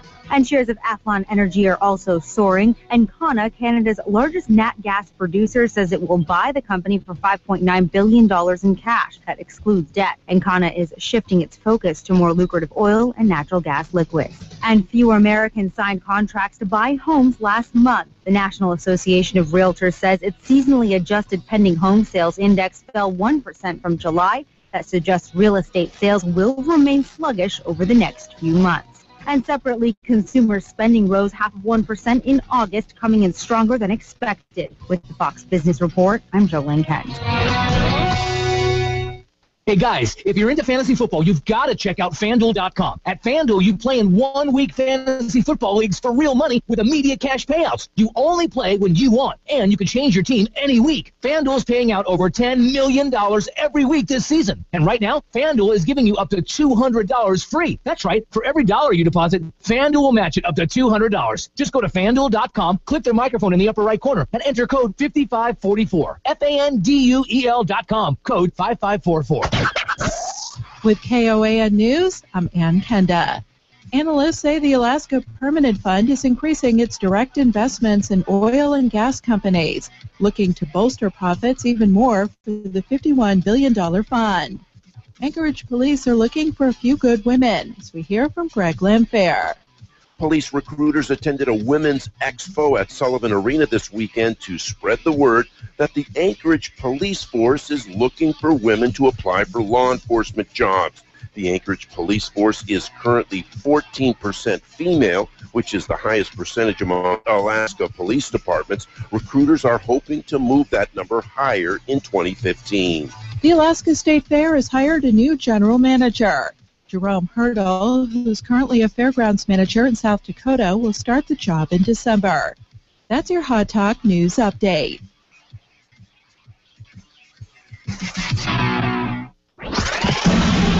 Sunny skies for this afternoon, high 51. For tonight, mostly clear, low 31. Tomorrow, clouds and sunshine, high 49. Tomorrow night, low 29. Wednesday, sunshine, high 47. Thursday, sunny, high 48. And for Friday, sunny, high 45. Hot Talk, breaking news, and the latest weather. KOAN 95.1 FM and 1080 AM. The highway, a strip of asphalt to carry you between points A and B. But in an all-new 2015 Mercedes-Benz GLA, there is no point B. Because when you're driving a GLA from Mercedes-Benz, you're not concerned with the destination, only the adventure. With off-road transmission mode and a sleek design, this SUV performs with confident style on any terrain. And no matter where your adventure takes you, the all-new GLA's sporty, expressive styling fits in, yet stands out, complementing the many sides of you. See your authorized Mercedes-Benz dealer today and see the world differently in a GLA 250 4MATIC, starting at $33,300. MSRP for a 2015 GLA 250 4MATIC excludes all options, taxes, title, registration, transportation charge, and dealer rep. Options, model availability, and actual dealer price may vary. See dealer for details. Mercedes-Benz of Anchorage. The best or nothing. When Malarkey Mark Begich ran for U.S. Senator, he made a lot of claims about his record as Anchorage mayor. Begich knew the truth wouldn't come to light before the election. But now, history is caught up with Malarkey Mark. Under Begich, Anchorage taxes went up 27%. Under Begich, the city budget ballooned, a $142 million increase in spending. Under Begich, the city was saddled with unprecedented 5-year union contracts. Under Begich, a deficit of over $20 million was left for the next mayor to deal with. Begich left Anchorage in serious trouble. Alaska's Energy, America's Values paid for and is responsible for the content of this advertising. It's time to replace Malarkey Mark with U.S. Senator Dan Sullivan. Not authorized by any candidate or candidates committee. EnergyandValues.com. What if buying your next car could actually be enjoyable? At Payless Car Sales, we believe it should be. If you're in the market for your next car, come by and meet our knowledgeable staff and explore our selection of quality vehicles. We offer military discounts, and we give all of our customers Carfax history reports. We can also provide warranties and handle all of your lending needs. Just like driving your car should be enjoyable, so should buying it. Visit us downtown at 919 East 5th Avenue or on our website at paylesssales.com. Payless Car Sales, where Alaskans drive. You're on with Fagan and Biegel in the morning. Give him a call, 569-1080. KOAN.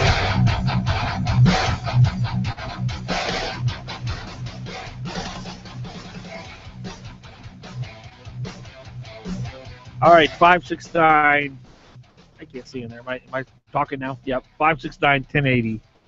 569-1080. That's the number if you'd like to be a part of the broadcast. Dan Fagan, Glen Biegel, Bonnie Cameron, all here on the Fagan, Biegel, and Bonnie show, broadcasting on KOAN, KVNT. I want to tell you about my good friend Keith Montanak over at Specialty Truck and Auto. He is plain and simple a mechanic you can trust, reliable, dependable, honest, has a great team, very sophisticated mechanics, up on the latest technology, and he will do you right. Keith Montanak, a wonderful individual, great mechanic, operates and owns the premier auto mechanics shop in all of Alaska. Give him a call, 349-1637, 349-1637. He's located right across the street from the Long Branch Saloon off of Abbott. Happy to welcome now to the broadcast Lance Roberts. He's an engineer, born and raised in Fairbanks, a member of the Fairbanks North Star Borough Assembly. He wrote a column recently in the Alaska Dispatch News. Bill Walker's gas project history begs several questions. Lance, thanks for joining us. Howdy, Dan. I appreciate your time. I thought your column was really spot on, and I'll just ask you, for those who haven't read it, what are the questions that Bill Walker's gas project history we should be asking about? Well, there's a ton of them, probably more than I put in that article. You've got to really look back at the organization he's played a large part in, the Alaska Gas Line Port Authority. That was created in '99 with the Fairbanks North Star Borough, the City of Valdez, and the North Slope Borough. This was a voter initiative, wasn't it? Okay, that came a little bit later in 2002. Okay. So in '99, the Port Authority was created, and it was basically started, though it was more generic in its creation, it was basically started to get a gas line going from the North Slope to Valdez. In 2002, the voters' initiative came out that was voted in that said, yes, we want a gas line from the North Slope to Valdez. Okay. Now, he has been a major player with the Port Authority, and what they did had quite some impact. First, they've put public money, in 2012, they put public money to run ads to try and keep the bipartisan coalition in power.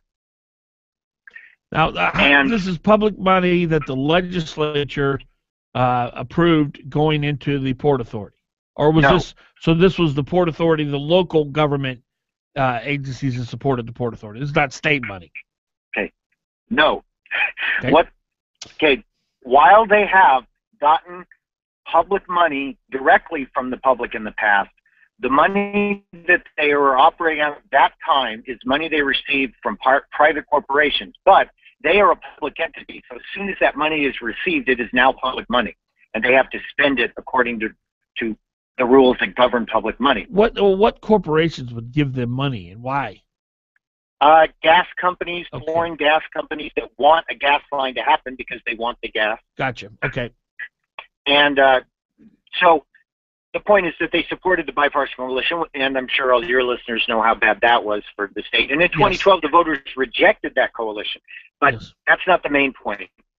He also had the Port Authority. The Port Authority spent large sums of money to kill any other gas line that was ever proposed. And now the Port Authority, what capacity was Walker involved with the Port Authority?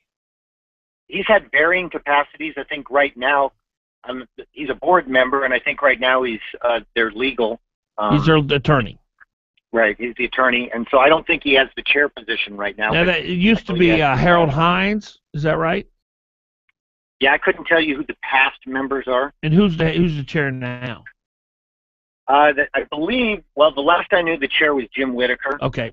From Fairbanks, and at least with the Fairbanks representatives, and 2 of them are actively involved in the Walker campaign. Okay. And one of them is financially donated to that campaign. Okay. So, so they've had this, what I call a scorched earth policy, where they've tried to kill any other gas line. You know, I voted for Walker in 2010 because I thought the distinctive between the candidates was the gas line.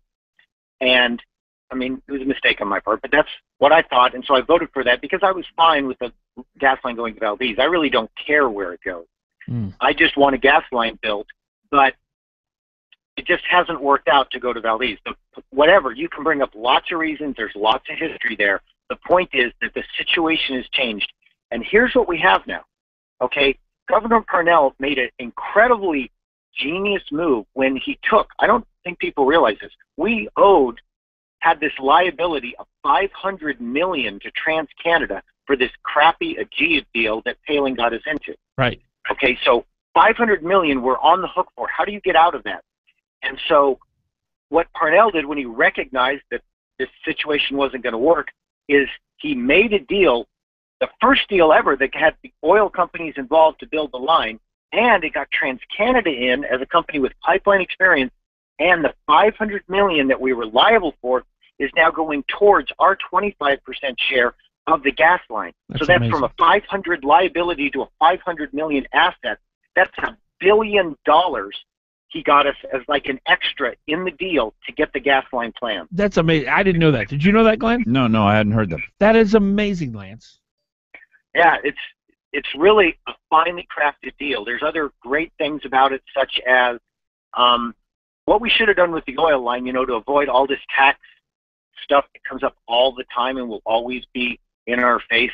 Do we tax too much, tax too little? Is maybe just got it all through royalties or through some mechanism. Well, what they're doing with the gas line is they're saying we've got royalties, we've got taxes, we've got this percentage and this percentage. You add them up, and that's where we're getting our 25% ownership in the line. Okay. So you'll have a contracted deal, nice. And you won't have to have this big argument about money or not enough money later on. And that's what the producers want. They want certainty. Yes. We're talking to Lance Roberts. He's an engineer with the Fairbanks North Star Borough Assembly. Did you see the piece about Walker? He made some kind of scurrilous. He called the deal with Exxon the worst, dirtiest backroom deal in the state's history this morning.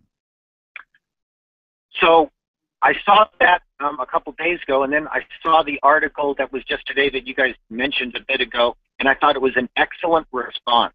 The Point Thompson gas is critical to getting the gas line done because they're still re-injecting on the slope. They may not need all of it, but they're still re-injecting a lot of it. In other words, we need some free gas from somewhere. We need gas in a gas field, not gas in an oil field, because they're still using the gas in the oil field, so we need gas in a gas field. That's what Point Thompson is. It's a gas field. Exactly. And part of the settlement was them working for this gas line. So if you get rid of the settlement, as that article this morning pointed out, you're going to lose the work done so far for the gas line. Well, I've been shocked that Parnell has been as good on this as he has, because you saw under the AGEA process, under the ACES process, he was sort of relegated back into the back rooms. He really has come out and made a big difference, I thought. That's the one thing I can really say, because I have a list of things that I would like to be done differently in state government, and every time I see him, I point something out. But, he has been a leader. He set a goal, for example, we're going to increase the flow to 1 million barrels, Well, that may not happen. We may not get there, or, whatever that goal was. It may take a while. But he set a goal, and he headed towards it. Hey, Lance, hold on a minute. I got a commercial break here. We'll come back with you. Lance Roberts, our guest. Got to call him out on ADN. 744. Dan Fagan, Glen Biegel, Bonnie Cameron. Got to call him out on ADN. 744. Dan Fagan, Glen Biegel, Bonnie Cameron. Fagan and Biegel on Hot Talk KOAN and online at 1080KOAN.com. Have you heard about Valpak.com? It's the online version of the famous Valpak Blue Envelope with even more great offers. At Valpak.com, you can find savings for your home, coupons for eating out, table for two, or maybe even discounts on gardening services. To discover today's savings for yourself, just log on to www.valpak.com. Check out Valpak Values, Allstate Insurance, Papa John's Pizza, Alaska Card Transport, Party Craft, Great Alaska Pizza, Tire Factory, and Creative Audio and Remote Starts. It's said that character is what you do when no one is watching. If that's the case, then Senator Kathy Giesel has the sort of character that is needed in Juneau. Away from the photo ops or flashy media events, Kathy Giesel hits the books just like she did in nursing school. For the past 4 years, Senator Giesel has worked hard for you, studying the impact of greater access to immunizations for Alaska's kids, crafting legislation that frees up business owners to expand and hire more Alaskans, and working to improve the infrastructure like roads and schools, not just for this generation, but for generations of Alaskans to come. This election is more than just about promises or bullet points. It's about sending the right person to Juneau with the character to act on behalf of us when we can't watch. We need someone with the character to do the hard work when no one is watching, to make decisions we can trust. We need to re-elect Senator Kathy Giesel. Paid for by re-elect Senator Kathy Giesel for Senate. 12701 Ridgewood Road, Anchorage, Alaska, 99516. And now, another Staples business tip. An unclean office can lead to the spread of the flu that can cripple your staff. And trying to avoid the flu by wearing hazmat suits can cripple your communication. Phil, can you go over the fiscal budget again? What? Can you go over the fiscal budget again? Fish in a bucket? What? Fish in a bucket. Now get free shipping and up to 5% back in rewards when you sign up for Staples Rewards. Staples, make more happen every day. Hot Talk KOAN, man. You're on with Fagan and Biegel.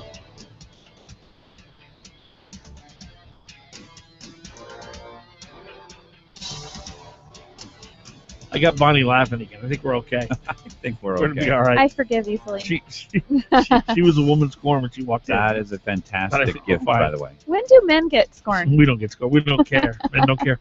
Lance Roberts is an engineer, born and raised in Fairbanks. He's a member of the Fairbanks North Star Borough Assembly. He has a great column out. Came out on the 26th in the Alaska Dispatch News. Bill Walker's gas project history begs several questions. You mentioned that his group supported the bipartisan coalition, which I consider to be his group, Bill Walker's group, the Alaska Gasline Port Authority. They probably were the most destructive force in recent memory, other than Bill Allen. Walk me through a little bit more of that. How did they support them? Did they support candidates? I mean, what was their goal here? Well, what they mainly did, the big thing that triggered me actually trying to get the Fairbanks.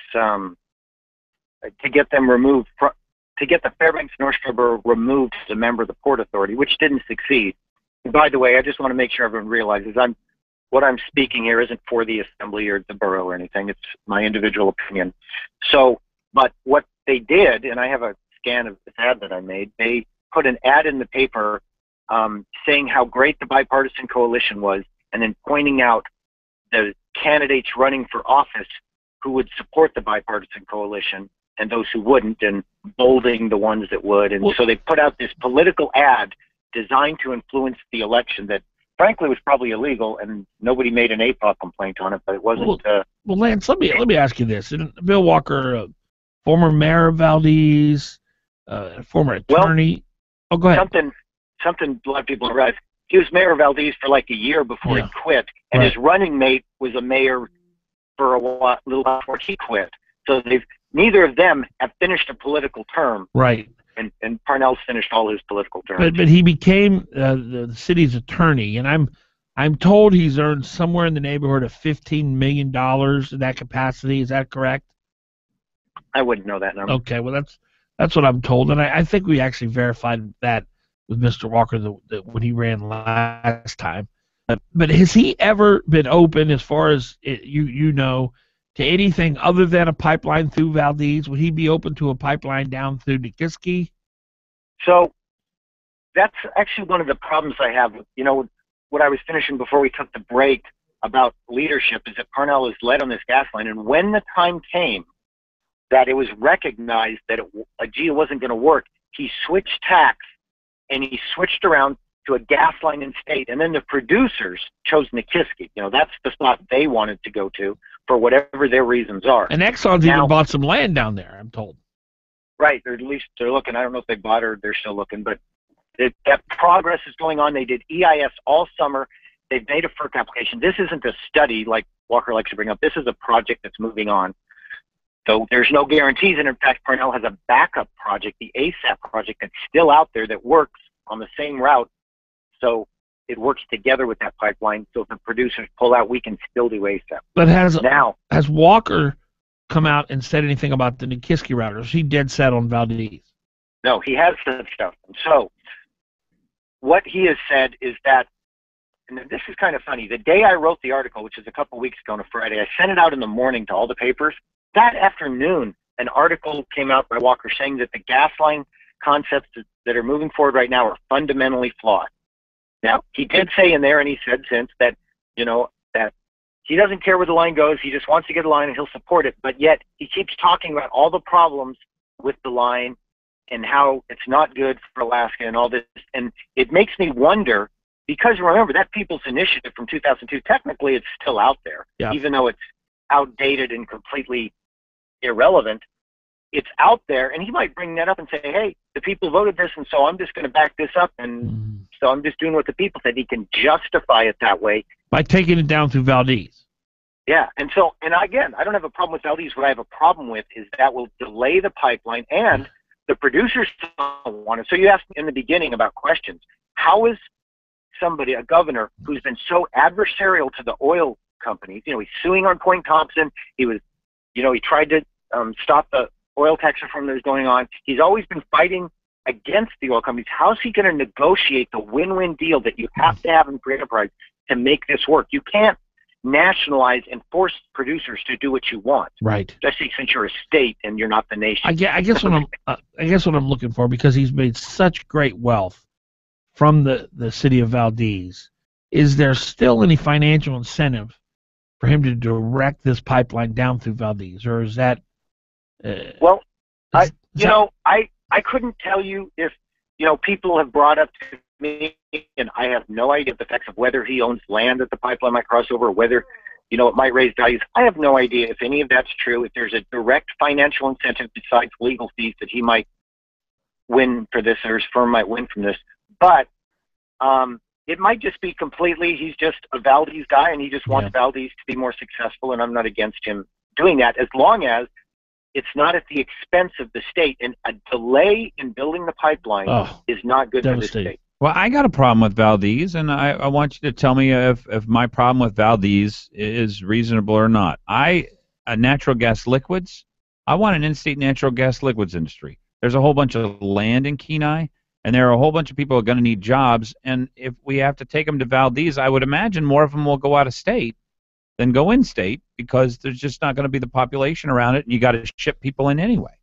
I mean, am I wrong on any of those?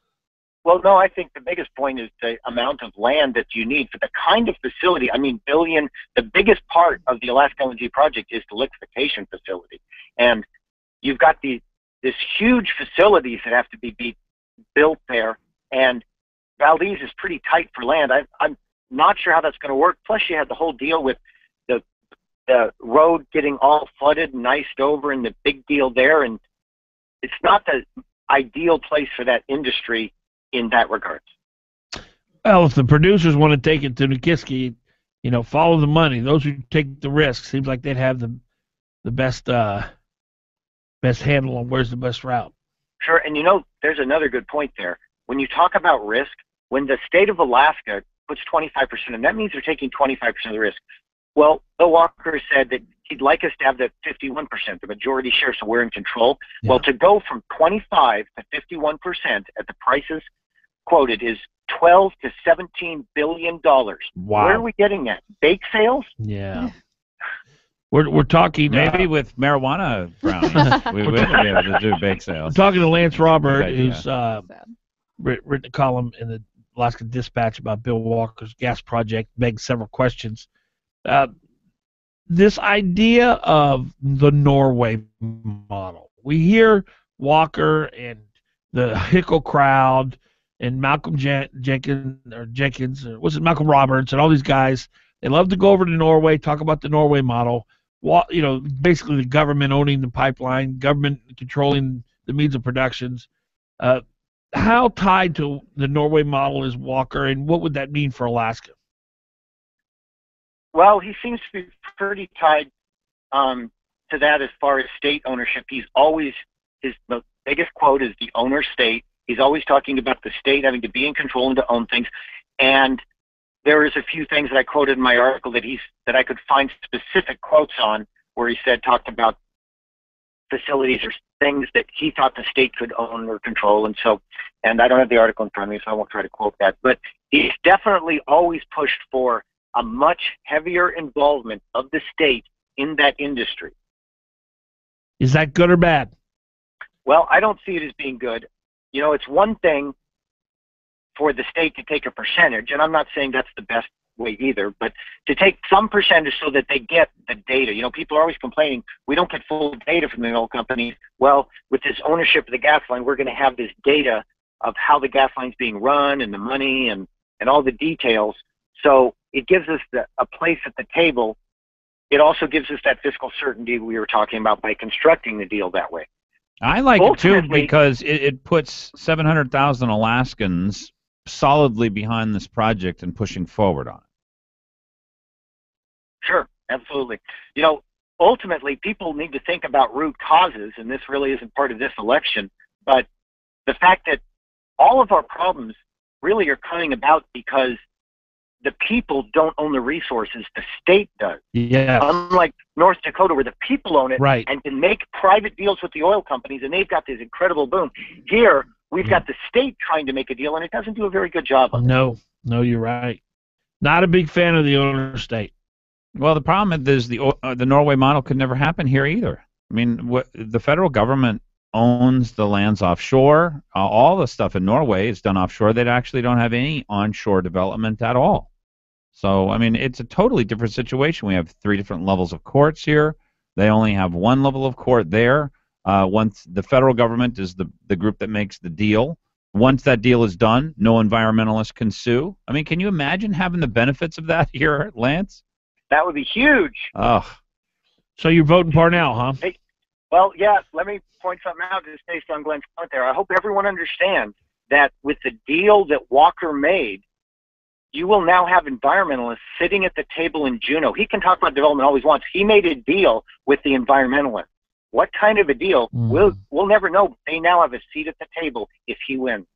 So I'm definitely Parnell. They got to play second fiddle to the AFL-CIO first, though. That's the real power in this ticket, in my opinion. That's a big one. Lance Roberts, thanks so much. Appreciate your time today. Thanks. I'm good. Thank you. That's Lance Roberts, Fairbanks, North Star Borough Assembly member, wrote a column for the Alaska Dispatch.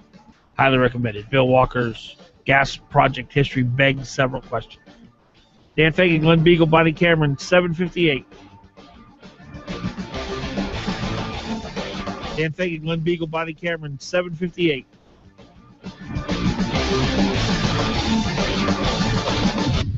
Best Split Firewood can deliver split firewood to your house today. And if you live in Anchorage, delivery is free. Wait, what did I just say? Delivery is free if you live in Anchorage. Wow, that's cool. Okay, back to the commercial. Best Split Firewood. Call now, 727-5928. That's 727-5928 and get 2 bundles of starter sticks with your order. Hold on, 2 bundles of starter sticks and free delivery in Anchorage? That's way cool. Best Split Firewood will deliver mostly all birch split and ready for your fireplace or wood stove, no matter how much you need. A quarter, half, or full cord. They have the best firewood in the city, and they'll even mix in some spruce if you ask for it. if you just need a couple of bundles, Best Split Firewood has them wrapped and ready to go at half of what you would pay anywhere else in the city. Best Split Firewood. Call today for free delivery in Anchorage and two bundles of starter sticks. 727-5928. That's 727-5928. Visit their new location at 2000 East 68th Avenue in Anchorage. You're listening to Hot Talk, KOAN, Anchorage, AM 1080, and retranslated on 95.1 FM on K236CG, Anchorage. Fox News Radio, I'm Lisa Brady. I know what happened, and I know it was an accident. NASCAR champ Tony Stewart moments ago holding his first news conference since a grand jury cleared him of any charges in the death of sprint car driver Kevin Ward Jr., struck by Stewart's car after getting out of his own. First 3 or 4 days, I didn't want to talk to anybody, didn't want to see anybody, I just wanted to be by myself. And while he did return to racing weeks after the accident, It's not been business as usual by any means. Stewart says he didn't know Ward and isn't sure if or when he'll ever race a sprint car again. Hundreds more flights canceled in and out of Chicago because of last week's fire in an air traffic control facility. Fox News Radio's Tanya J. Powers with more live. Right now, the number of delayed or canceled flights in and out of Chicago's O'Hare Airport is around 400. It's due to those lingering problems following the fire at an air traffic facility. Now, authorities say a contract employee intentionally started the fire on Friday and attempted to commit suicide. It's trying this guy's patience. Not good, not happy, but out of my hands, so I'll get there when I get there, I guess. The FAA says it's working to get replacement equipment up and running. It'll take about 2 weeks to fully reopen the control center, Lisa. Tanya, thanks. Accusing the U.S. of a double standard. Has not the moment of truth arrived for us all? Syria's Deputy Prime Minister just a short time ago through a translator telling the UN General Assembly the regime had warned it was fighting terrorists and that terrorism would not be confined to Syria's borders. But will spread to every spot that it can reach, starting with Europe and America. ISIS is one of the rebel factions that have been fighting the Assad regime, the U.S. supporting moderate rebels. Stocks still lower, but not as bad as the early sell-off for now. The Dow is down about 44 points and holding back above 17K. You're listening to Fox News Radio, fair and balanced. Attention homeowners, I'm Jay Farner, president of Quicken Loans, and I have some important information for you regarding the U.S. government's Home Affordable Refinance Program, or HARP. We've told you about HARP in the past, and more than 3 million homeowners have already taken advantage of this money-saving program. But there are so many more of you who could be saving hundreds of dollars every month on your mortgage. And Quicken Loans is here to help you save your money. The home loan experts at Quicken Loans fully understand the HARP guidelines. If you weren't HARP eligible in the past, new guidelines could mean that now you are. Give us a call and we'll give you a Quicken Loans mortgage review.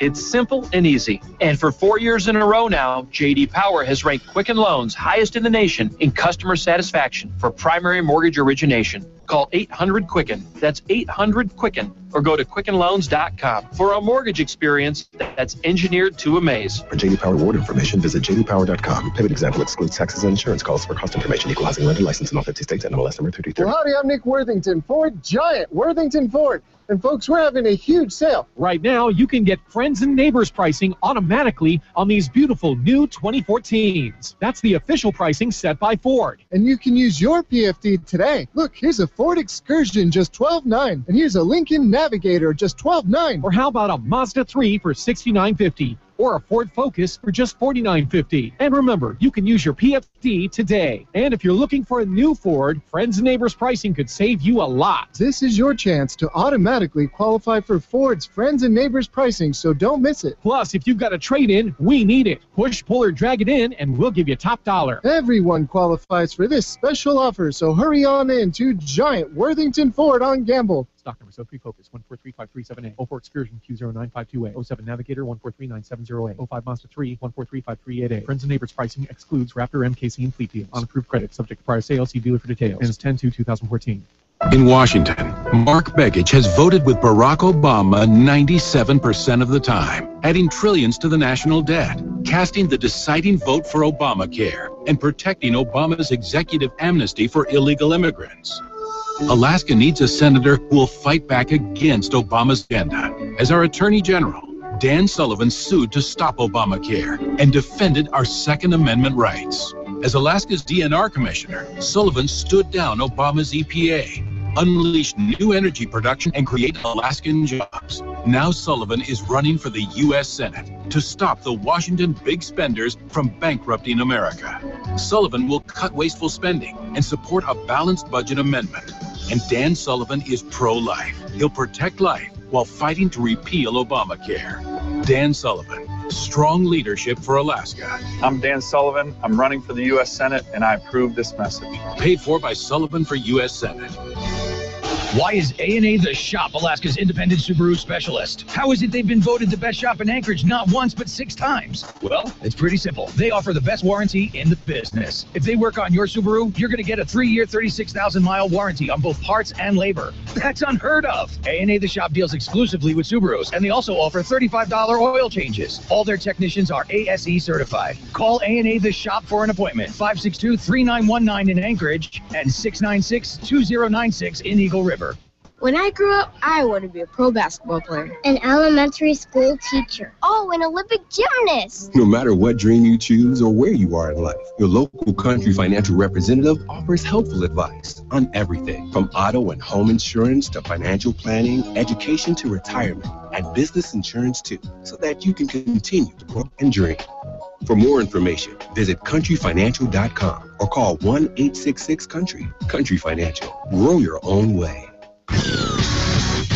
You're on with Fagan and Biegel on Hot Talk KOAN and online at 1080KOAN.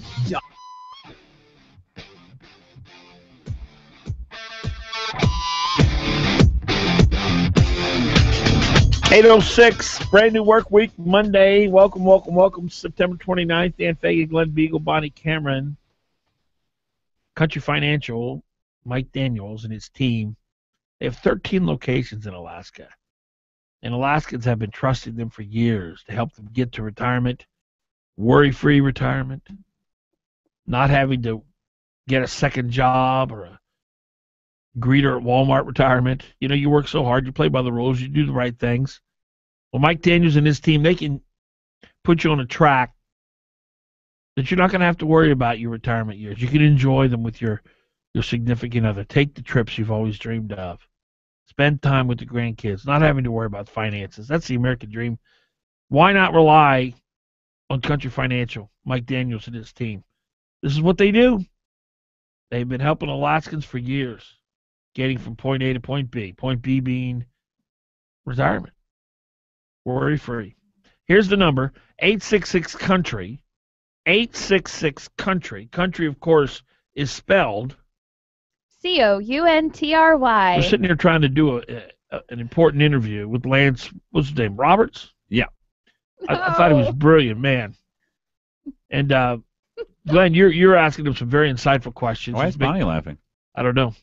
And it was very, very engaging interview. I was very enthralled in it. And all of a sudden I feel the table kind of shake, and there's this loud kind of duck quacking noise.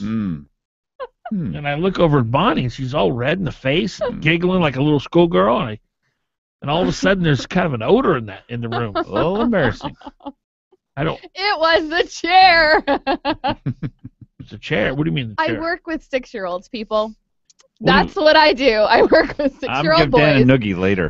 What did the chair? What do you mean the chair? It was a chair. What was the chair? The chair made a noise. And that's my story. How do you explain the odor? And that was me. That's a faint. Yeah, I thought maybe it's your upper lip, Dan. How do you explain my watering eyes? I think it's the laughter. You need a shower. Oh my goodness. I know a duck sound when I hear it. All right. I've never heard a chair make a duck sound. You know, there's a really chair does. I had a really good camera angle on that too, so we'll have to go back and watch that. We can go back to the replay. Put that on your blog tomorrow. That'll be our video tomorrow. Bonnie's chair makes a duck noise. Room smells. Duck? What is a duck noise? Lead story at 10. Okay, moving along. You know, close quarters. You'd think you'd have some courtesy, right? It's not like we're in a big, gigantic gymnasium or anything. Well, to each their own. To each their own. That's right. All right. So you've run across this column, and I read it briefly. I didn't get a chance to look at it in detail like you did. But there's some really big holes here in what Mr. Walker is presenting to the public when it comes to a gas line, as evidenced by our previous guest. And this column that you're referring to was written by whom? Jonathan Katchen. And who's he? He was part of the state team on the litigation for Point Thompson. So he's been inside the meetings and the negotiations. He's seen the process play out. Yeah, he was what we call in the room. He was part of the part of the people responsible for our current settlement with Point Thompson. So what is it that he's Exxon. questioning regarding Mr. Walker's? Well, the reason why this perked my ears here is because one of the critical things for Bill Walker to try and establish is he's the guy for the gas line. And so if he says things about the gas line which aren't true, it really, because this is his core issue, this is it. This is why people are thinking of electing the AFL-CIO candidate. This is why they're thinking of electing the NEA candidate. This is why they want Beltrami in the office, because, well, that may all be true, and that makes me uncomfortable, but he's going to get us a gas line. So it's critical that he tells us the truth. He must tell us the truth. If he doesn't tell us the truth on the gas line, he really is not the right person to be in office. And so what are the points that he's made on the gas line? We got screwed. Here's the way he actually describes it. This is a literal quote from him. The worst, dirtiest backroom deal in the state's history. This is the way Walker describes the Parnell deal. Yes, where we litigated, actually, it started in 2004, so it started under Murkowski. The field was, or the litigation then was entered into in 2006, and I think it was settled in 2012. So it was a long process. It went across many different administrations. But the critical point here is, if this is not the worst, dirtiest backroom deal in state's history, Walker has a really big problem. Because he's lied about it, he has impugned the integrity of every person who actually did go through this deal, and he's telling us something which is what is going to be a centerpiece of his administration. I'm getting out of this deal, right? The development, 700 jobs now on Point Thompson. We have infrastructure from one end all the way from Point Thompson all the way to the Colville River. That's a big deal. Right, and 430 million producers to advance a pipeline. And what Parnell's case is here is, we litigated this. It was great for the state of Alaska. Upon this settlement, we will build a gas line. That's really what he's saying. Yes. And now, so Bill Walker must discredit every part of this. He must call it the worst, dirtiest backroom deal in history. So what evidence must be true. Does the columnist offer that Mr. Walker's assertion is inaccurate? Okay, so here's the way he starts it, and he gets down to three specific things, but this is the way, as one of the dozens of state employees representing the state in the litigation against Exxon and negotiating the settlement, I am disappointed to see Walker claim that the settlement was a product of a crooked scheme to cheat the state. To the contrary, the settlement was a hard-fought compromise that forced Exxon to end its warehousing of Point Thompson's massive gas reserves by spending billions of dollars in Alaska, which in turn has resulted in unprecedented progress at Point Thompson and in advancing the North Slope gas commercialization projects. So this goes to the core argument that Bill Walker's saying. We got screwed. We're not going to get a gas line. This is all fake. I got to redo the Point Thompson deal. Okay, that is a key component of who he is. Now, where does he get it literally wrong? It goes through right at the end of the article, 3 areas where Walker got it wrong. And if Walker cannot be trusted to tell the truth on the gas line, he literally has no case for him to be governor. He does not have a case, and this goes right to the heart of that question. First, Walker argues that the settlement is blatantly illegal. In response to criticism that Walker raised in 2012, he actually is taking this to court to say that we can't have settled this Walker deal. will be. Yeah, Walker. Yeah. So he's already saying, start from scratch. We're going to start from scratch. Undo all the problems. I'm going to get rid of this Point Thompson Even deal. though the producers have spent $430 million recently advancing the project. And billions of dollars will go into Point Thompson eventually. The legislature had its own attorney look at this. The Department of Law looked at it, testified twice. concluded the settlement was legal. So he lies on its legality at the very start. I'll get the second and third parts of this when we come back. 8:14, Fagan, Biegel, and Bonnie. The second and third parts of this when we come back. 8:14, Fagan, Biegel, and Bonnie.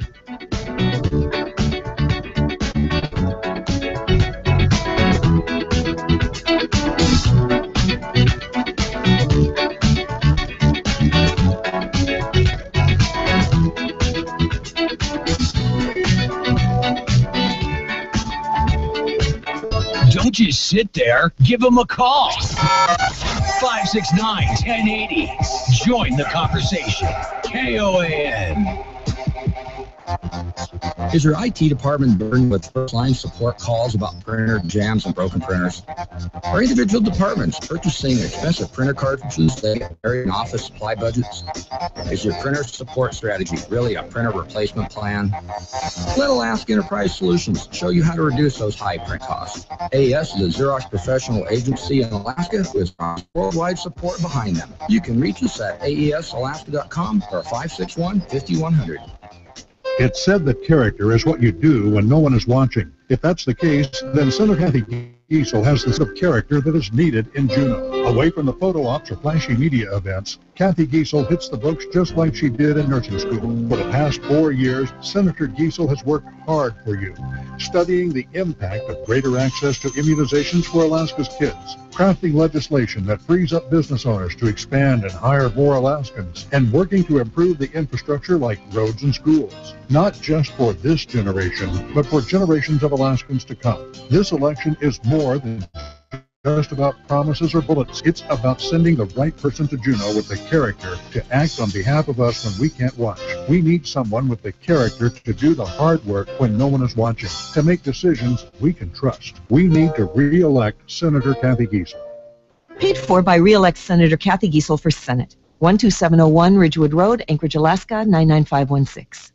There's a lot of so-called experts out there claiming to have the key to success in business for a price. Are you ready for real business advice you can trust without a fee? Then don't miss Getting Down to Business with David Weatherholt. Advice from people in the know. Technology, finance, taxes, and more. Business people helping business people take their skills and services to the next level. Getting Down to Business with David Weatherholt. Saturday from 8 to 10 a.m. on Hot Talk, KOAN, 95.1 FM and 1080 a.m. You're on with Fagan and Biegel in the morning. Give them a call, 569-1080. KOAN. All right, let's see if this stuff even butters. Let's see. Look at that. It needs to soak in the but it's not going to soak. Pop It's not tart. butter. No. This does actually melt. They improved it over the old margarine. Get more than that. I mean, No, you want it soaked. No, that is exactly what these are see, supposed it's not to be. Butter. Look at that. They're supposed to be Glenn, disgusting. There's no way it's melting. It is going to melt. Yeah, but look at that. Look at all that excess. Oh, keep it going. Keep it going. See, More? No, I don't that's want good. more. No, Okay, that's pretty good. All right, break me off a little piece. Let me just see, because this is not going to be as good as butter. I guarantee. I would have bet my life that Dan would not have ever tried this butter-ish substance. Well, I've never eaten chemicals before, so I'm going to give it. Yeah, for those who just joined us, Bonnie had never heard about putting butter on Pop-Tarts. Shock. Oh, come on. There's like thousands of us out there.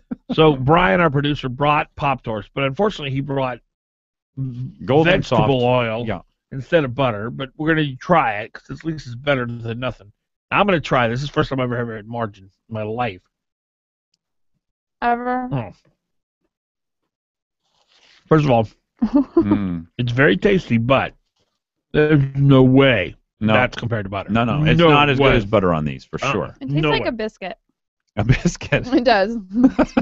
Yeah, if you have a taste for butter, then you're probably not gonna like margarine as much. But that stuff is pretty good, and actually, the Pop-Tarts works for you. You could eat the butter there by the spoonful. You mean the vegetable oil? Yeah, the Soybean golden oil? soft light. There's not enough butter on it. You have to Well, it soak won't them. melt. Well, it's got to be. Yeah, it'll melt. It in butter. It melts good. It doesn't melt like butter. It's just like butter. And then I'll have to go home and eat my Lucky Charms. Thank you for bringing all that, Brian. Yeah, thank good morning, you, Brian. everyone. Now, You've joined Bonnie, us I guess for you're the breakfast. one who's at age, what are you, like 48 now? you've got Pop-Tarts. Thinking of me. And someday she's just going to swing at me. I know she is. Now, you've got to admit, even though that's not butter, it's vegetable oil, that's 100 times better than a plain Pop-Tart. I can never go back to a plain Pop-Tart. Right. There you go. That's it. That's right. There you go. So total Pretty joy. good. Mhm. It's fantastic. good. What are you kidding me? You need more butter on it though than that. I mean, the real trick is, and the whole test is, how much butter. You want a pool of butter in the middle of the Pop-Tart, and then you have to eat it, and without tilting it, otherwise the butter will fall off. And actually, It is slowly soaking in, by the way. Butter quickly soaks. Mm-hmm.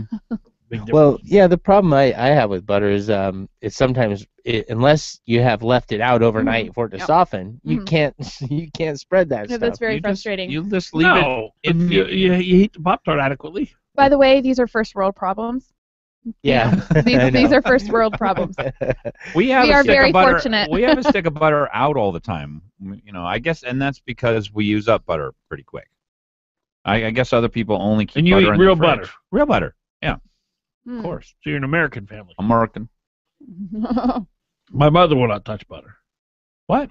No. My mother and I have strong disagreements on health. She goes to the gym every day, works out in perfect health. She's 80 years old. She can beat me in a foot race. Mm-hmm. And yet we disagree on what's healthy and what's not. Who's right here? Wow. Yeah, why don't you have Mary solve it? As long as you're as long as you're for butter, I'm on your side, Dan. Man, I love butter. Mm. I love butter on broccoli.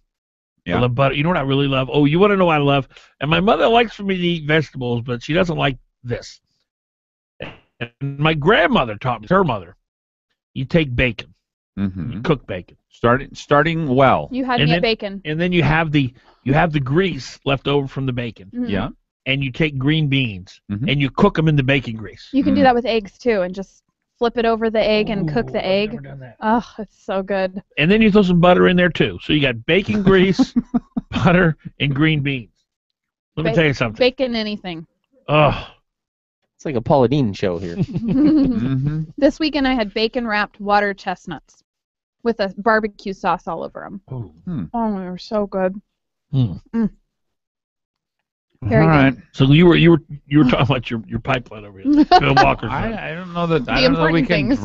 drop follow off that? Pop-Tarts. Well, the bottom line is Bill Walker, in your opinion, and according to this columnist, is not being genuine with his facts. He's not.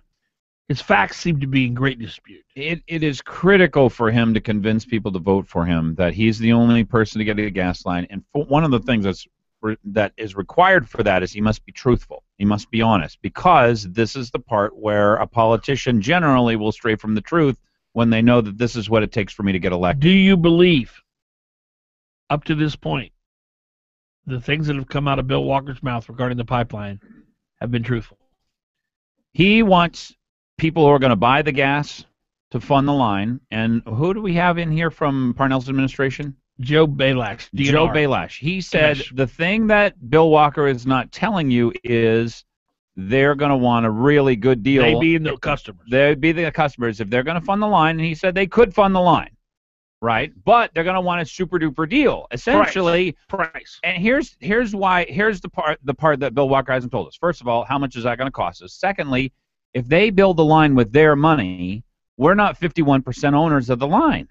It's just that simple. And if we can't change contracts with people who built the line, i.e. the people who are going to produce it, they wanted a good price, they really own the line. So he hasn't said any of that stuff to anyone. I've never talked to a single person who says if the customers build a line, they will own the line. If the customers build the line, they will automatically get much better deals on the gas that they're going to ship through their line than we would be able to get out of them if we built the line and we're 25% owners like Parnell wanted us to be.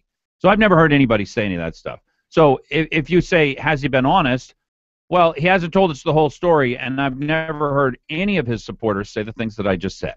So, and I think that is the truth. The truth is the people who build the line, they really own the line. So, in your opinion, Glenn, for him to win, he's got to sell himself as the guy to get the pipeline. That is the key for him. The problem with that is the facts are very strong pointing in the direction that Mr. Parnell has really accomplished a lot and is moving us very close to getting a line. The strongest fact, in my opinion, is the $430 million the producers have spent advancing the line after the Parnell deal.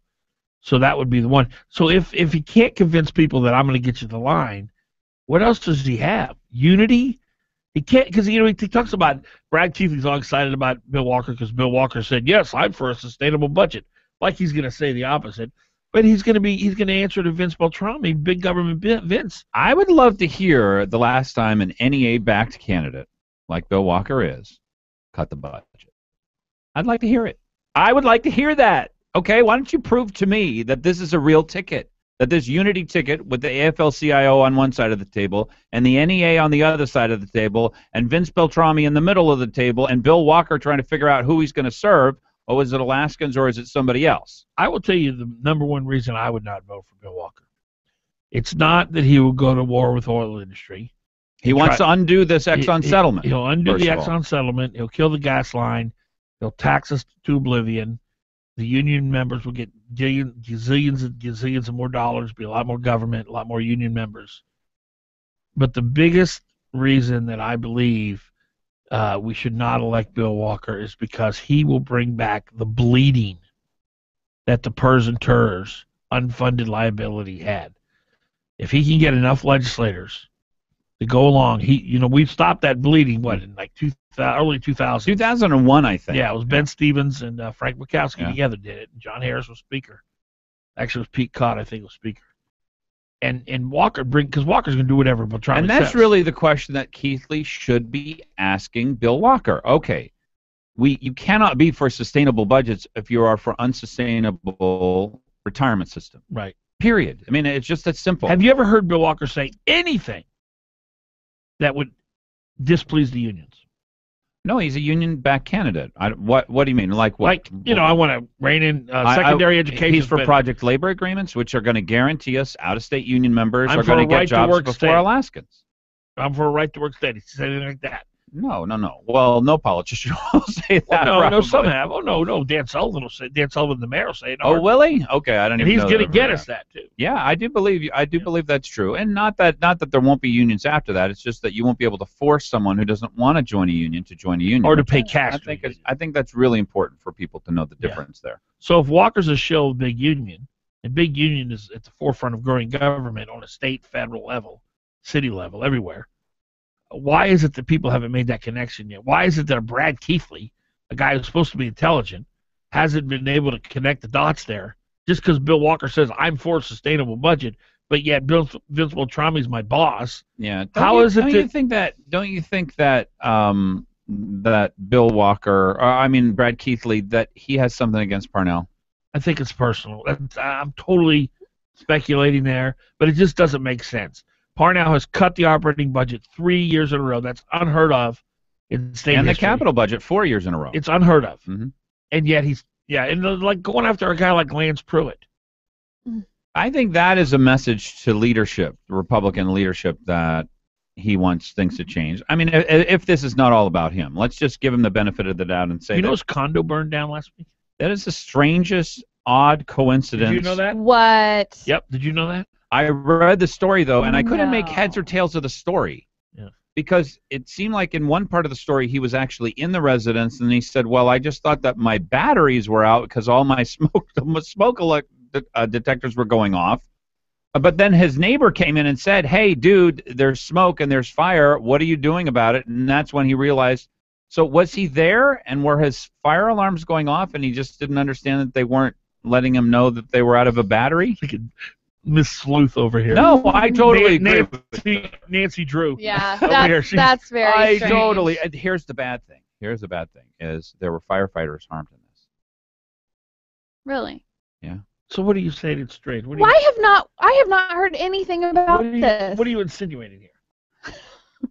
Well, it's still under investigation. I guess make your own conclusions. It's still under investigation, but yeah, his apartment did burn, and it seems the whole story. He owned his condo. It seemed very, very suspicious. The whole entire. You've got to go out and read the article. I read it on KTU. She's just ready to convict. It was the weirdest. She's ready to put the cuffs on him right now. I don't know what to make of it because I've never heard of anything like this. I don't know. I'll have to find out more about it. You want to bring him back in for questioning? Sure, I'd love it. Do it. 829, Dan Fagan, Glen Biegel, and the very suspicious body camera. Stay with us. Dan Fagan, Glen Biegel, and the very suspicious body cameraman. Stay with us.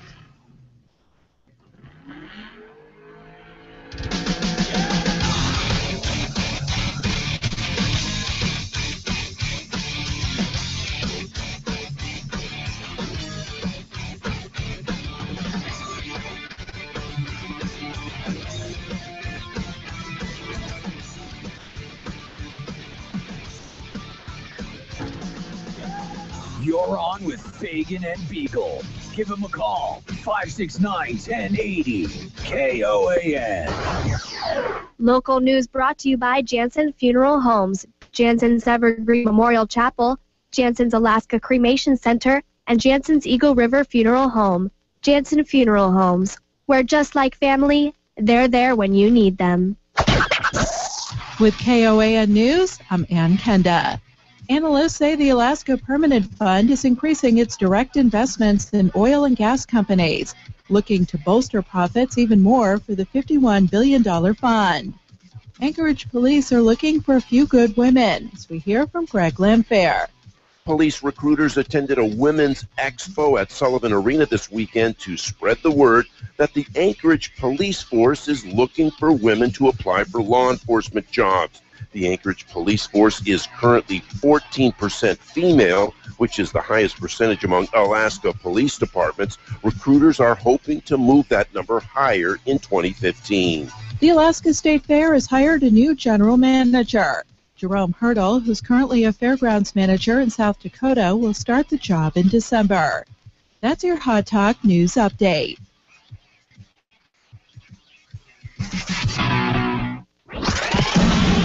Sunny skies for this afternoon, 51. For today, mostly clear, low 31. Tomorrow, clouds and sunshine, high 49. Tomorrow night, low 29. Wednesday, sunshine, high 47. Thursday, sunny, high 48. And for Friday, sunny, high. News and the latest weather, KOAN 95.1 and 1080 PM. Chris here along with my buddy Brock. That's right, we're here to tell you to tune into the Beer Show every Saturday at 5 p.m. on 95.5 and 1080 KOAN. The Beer Show is brought to you by Brown Jug Alaska, Eagle River Ale House, Great Artisan Beverages, and the Odom Corporation. Please drink responsibly. A better life with Dr. Sanjay Gupta. This may surprise you, but a daily shower is not actually recommended for most people. I'm Dr. Sanjay Gupta, CNN's chief medical correspondent. Skin experts say the hot water and harsh soaps can strip the skin of its oil, and that can result in dry, irritated skin. Of course, rinsing off every day, that's fine, but save the soap and the steamy shower for every other day. And speaking of soap and water, do you know that it's just as effective at removing germs as an antibacterial soap? It's true. Despite antibacterial soaps having become the norm in homes and offices, studies actually show that washing your hands with simple soap and water for 20 seconds, that does the trick. Liquid hand sanitizers and wipes do kill some of the germs on your hands, but not all of them. Also, when it comes to cleaning your teeth, you should wait 30 minutes after eating to brushing. This allows the acid in your mouth to neutralize and actually strengthen the enamel. I'm Dr. Sanjay Gupta, helping you live a better life. That's the sound of people throwing out their old dehumidifiers. They've replaced them with the computerized wave ventilation unit. Wave ventilation expels moisture, gases, and toxins that are trapped in your basement or crawl space and replaces it with drier, fresher air. Wave ventilation requires no maintenance. There are no buckets to empty or filters to change. And compared to a dehumidifier, it will save you hundreds of dollars each year in energy costs. I recently installed a unit and was stunned by the difference. I had a dehumidifier for almost 20 years without ever getting rid of that musty smell. Now, the smell is finally gone. Say goodbye to your dehumidifier and get a wave unit for your home. For free information, go to dryhousenow.com or call 888-964-WAVE. Satisfaction guaranteed. Just go to dryhousenow.com or call 888-964-WAVE. Wave Home Solutions for a healthy, comfortable home. Alaska's Energy, America's Values, paid for and is responsible for the content of this advertising. Not authorized by any candidate or candidates committee. EnergyandValues.com. Mark Begich is unbelievable. Washington thinks it knows what's best for Alaska, and that's what I'm fighting against every day. Fighting? Begich voted for all Obama's appointments, like Sally Jewell as Secretary of the Interior. Jewell immediately said no to exploration in Anwar and no to a King Cove road. Begich didn't fight Washington. He rolled over, like he rolled over for Obamacare. Now Begich is trying to duck and hide on Obamacare, on oil taxes, on cap and trade, on the IRS scandal, even on Anwar. How can you deliver Anwar, Mark, when Harry Reid says a Democrat-controlled Senate will never allow an Anwar vote? Alaskans can't trust a thing Begich says. It's time to replace Malarkey Mark with U.S. Senator Dan Sullivan. What if buying your next car could actually be enjoyable? At Payless Car Sales, we believe it should be. If you're in the market for your next car, come by and meet our knowledgeable staff and explore our selection of quality vehicles. We offer military discounts, and we give all of our customers Carfax history reports. We can also provide warranties and handle all of your lending needs. Just like driving your car should be enjoyable, so should buying it. Visit us downtown at 919 East 5th Avenue or on our website at paylesssales.com. Payless Car Sales, where Alaskans drive. Hot Talk KOAN, man. You're on with Fagan and Biegel. 1080 KOAN. 8:35 on this Monday morning, September 29th. Welcome to the brand new work week. Fagan, Biegel, and Bonnie. I think he's enjoying that a little more than he should. Letting scarfing down some Pop-Tarts. I'm busy. We won't bother you. I'm going to talk about Earhart Roofing. You relax there for a minute. Tell the folks about Frank and Becky Earhart, their son James. Premier roofing company in all of Alaska. They've been in business 42 years. They started with nothing. Now they have 17 trucks, 60 employees. They're the very best. Here's how you know how good they are. If you get a roof installed in your home, Earhart Roofing, first of all, they can do it in a couple days. Secondly, they will guarantee their work for 5 decades. 50 years. I don't know what more you would want from a roofing company than a 5-decade guarantee. Frank and Becky Earhart, their son James, are hardworking, they're honest, they're good people. Earhart Roofing, 345-5555. 345-5555. Earhart Roofing. For those who are just joining us, our poor Bonnie Cameron here had not discovered that you could put butter on Pop-Tarts, so we enlightened her by bringing Pop-Tarts, and although our producer Brian didn't actually bring real butter, he brought fake butter. It's still a considerable difference. Now Glenn has just scarfed. Did you scarf them all down? Or? Are you coming out of your sugar haze yet? There's like a buttery film on the back of this. It's chemical. That's the food coloring. It's residue. Well, I'm going to dream that it's cyanide. Joy in a liquid form. That's the yumminess. Yeah, delicious yumminess. Oh, my word. 569-1080.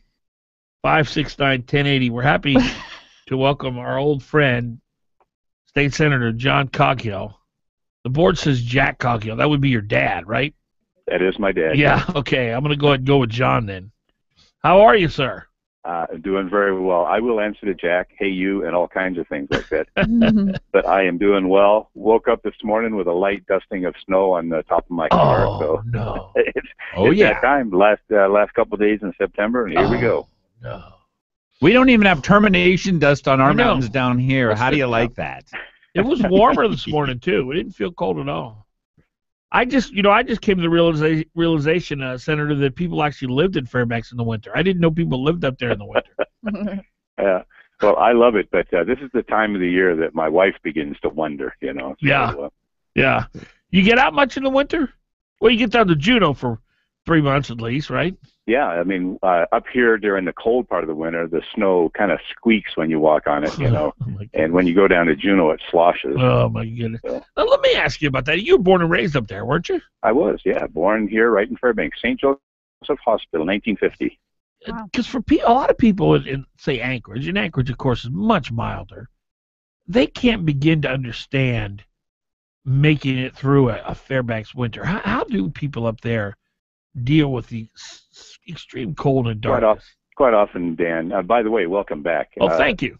I will explain it to people like this. It's probably not a whole lot different than living in a very hot desert. Okay. You go from a air-conditioned house to an air-conditioned car. Yeah. And if you're taking a long trip across the desert, you just prepare. You bring water and you think about it a little bit. And so the only difference is they get a lot more sun. Yeah. Yeah. Well, I lived in Redding, California for a little while, and even though it's Northern California, it was 110 there. And growing up in New Orleans, where it never really gets above 95 because it's so humid, it can't. Right. The atmosphere won't allow it. But I did find, I always thought a dry heat was more comfortable, but 110 is pretty miserable. It's like you're in a big oven.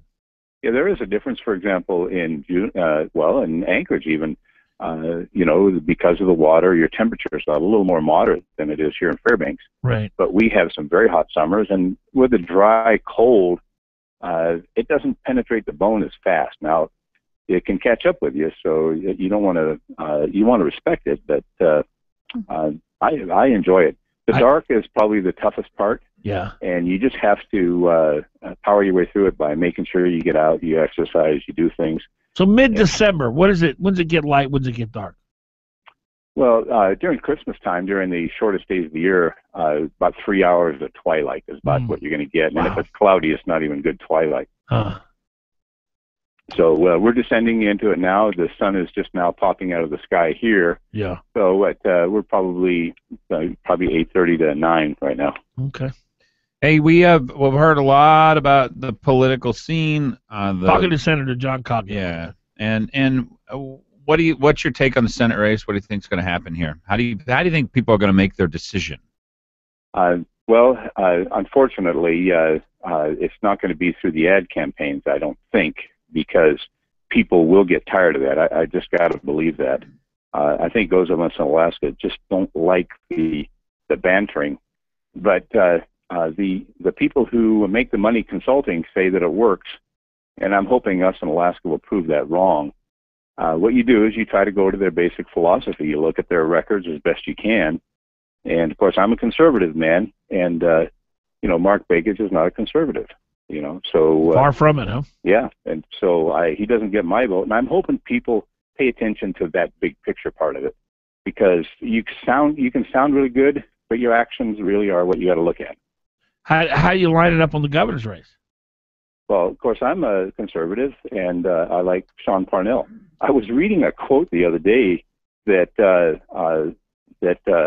Bill Walker put, and this is before they teamed up, and it wasn't a surprise to me, but it's telling. It was in Dispatch news article some time ago, and he said Walker said he would quit the race if he couldn't beat Parnell, but Malott could. Yeah. Well, that tells you what he is. He's a liberal. Yeah. Yeah. Interesting. Very anti-Parnell. So I asked this question of other politicians because I think it's probably the most important thing for people to know. Has the AFL-CIO or the NEA come to your door asking for the budget to be reduced to a sustainable level? No. And I don't recall a time that they have. Excuse me. Do you ever think the NEA-backed candidate has suggested we cut the budget in the history of Alaska? Not to my knowledge. In fact, we raised the budget quite a bit. We just didn't do it the way they liked it.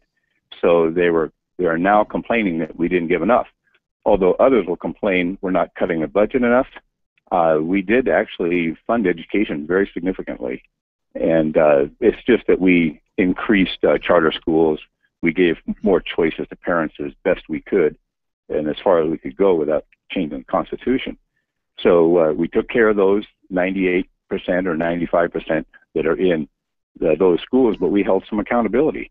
And we took some of the wearisome tests off the plate. So, but they didn't like that, and they're going to want more if they get their candidate in. If they get Walker in, they're going to go back and ask for more. Is it possible that the reason why Alaska may adopt choice in education on a statewide level is it possible that that's because we just can't afford to keep doing it the NEA's way? I'm hoping so. We had quite a debate last time. I think on the Senate side, we were probably within 1 or 2 votes of getting it passed over to the House. but it created a very significant conversation, in my view, and that is it brought people into what are the differences of choices. And the mantra was always, well, we don't want it to go to religious schools. But the retort to that is, what you mean is you don't want it to go to children. Yeah. You want the system to be what it is. You don't want Alaska to serve children. You want it to serve a system. And I can tell you, the system isn't working for the kids. No. Talking to Senator John Coghill. We'll continue with Senator right after this. 8:44 is the time. Talking to Senator John Coghill. We'll continue with Senator right after this. 8:44 is the time.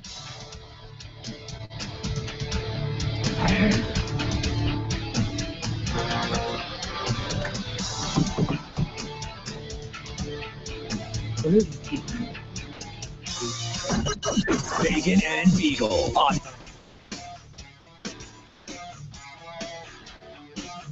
John.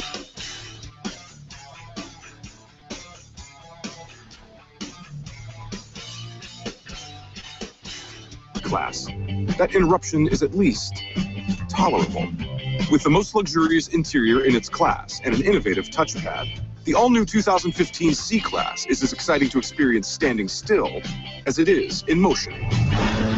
And with its improved acceleration power, your state of comfort continues, knowing you'll make it to your destination on time. See your authorized dealer and see the world differently in a C-Class from Mercedes-Benz. Get the 2015 C300 4MATIC starting at just $40,400. Test drive one today. MSRP for a 2015 C300 4MATIC excludes all options, taxes, title, registration, transportation, charge, and dealer prep. Options, model availability, and actual dealer price may vary. See dealer for details. Mercedes-Benz of Anchorage. The best or nothing. In Washington, Mark Begich has voted with Barack Obama 97% of the time, adding trillions to the national debt, casting the deciding vote for Obamacare, and protecting Obama's executive amnesty for illegal immigrants. Alaska needs a senator who will fight back against Obama's agenda. As our Attorney General, Dan Sullivan sued to stop Obamacare and defended our Second Amendment rights. As Alaska's DNR Commissioner, Sullivan stood down Obama's EPA, unleashed new energy production, and created Alaskan jobs. Now Sullivan is running for the U.S. Senate to stop the Washington big spenders from bankrupting America. Sullivan will cut wasteful spending and support a balanced budget amendment. And Dan Sullivan is pro-life. He'll protect life while fighting to repeal Obamacare. Dan Sullivan, strong leadership for Alaska. I'm Dan Sullivan. I'm running for the U.S. Senate, and I approve this message. Paid for by Sullivan for U.S. Senate. You're on with Fagan and Biegel on Hot Talk KOAN and online at 1080KOAN.com.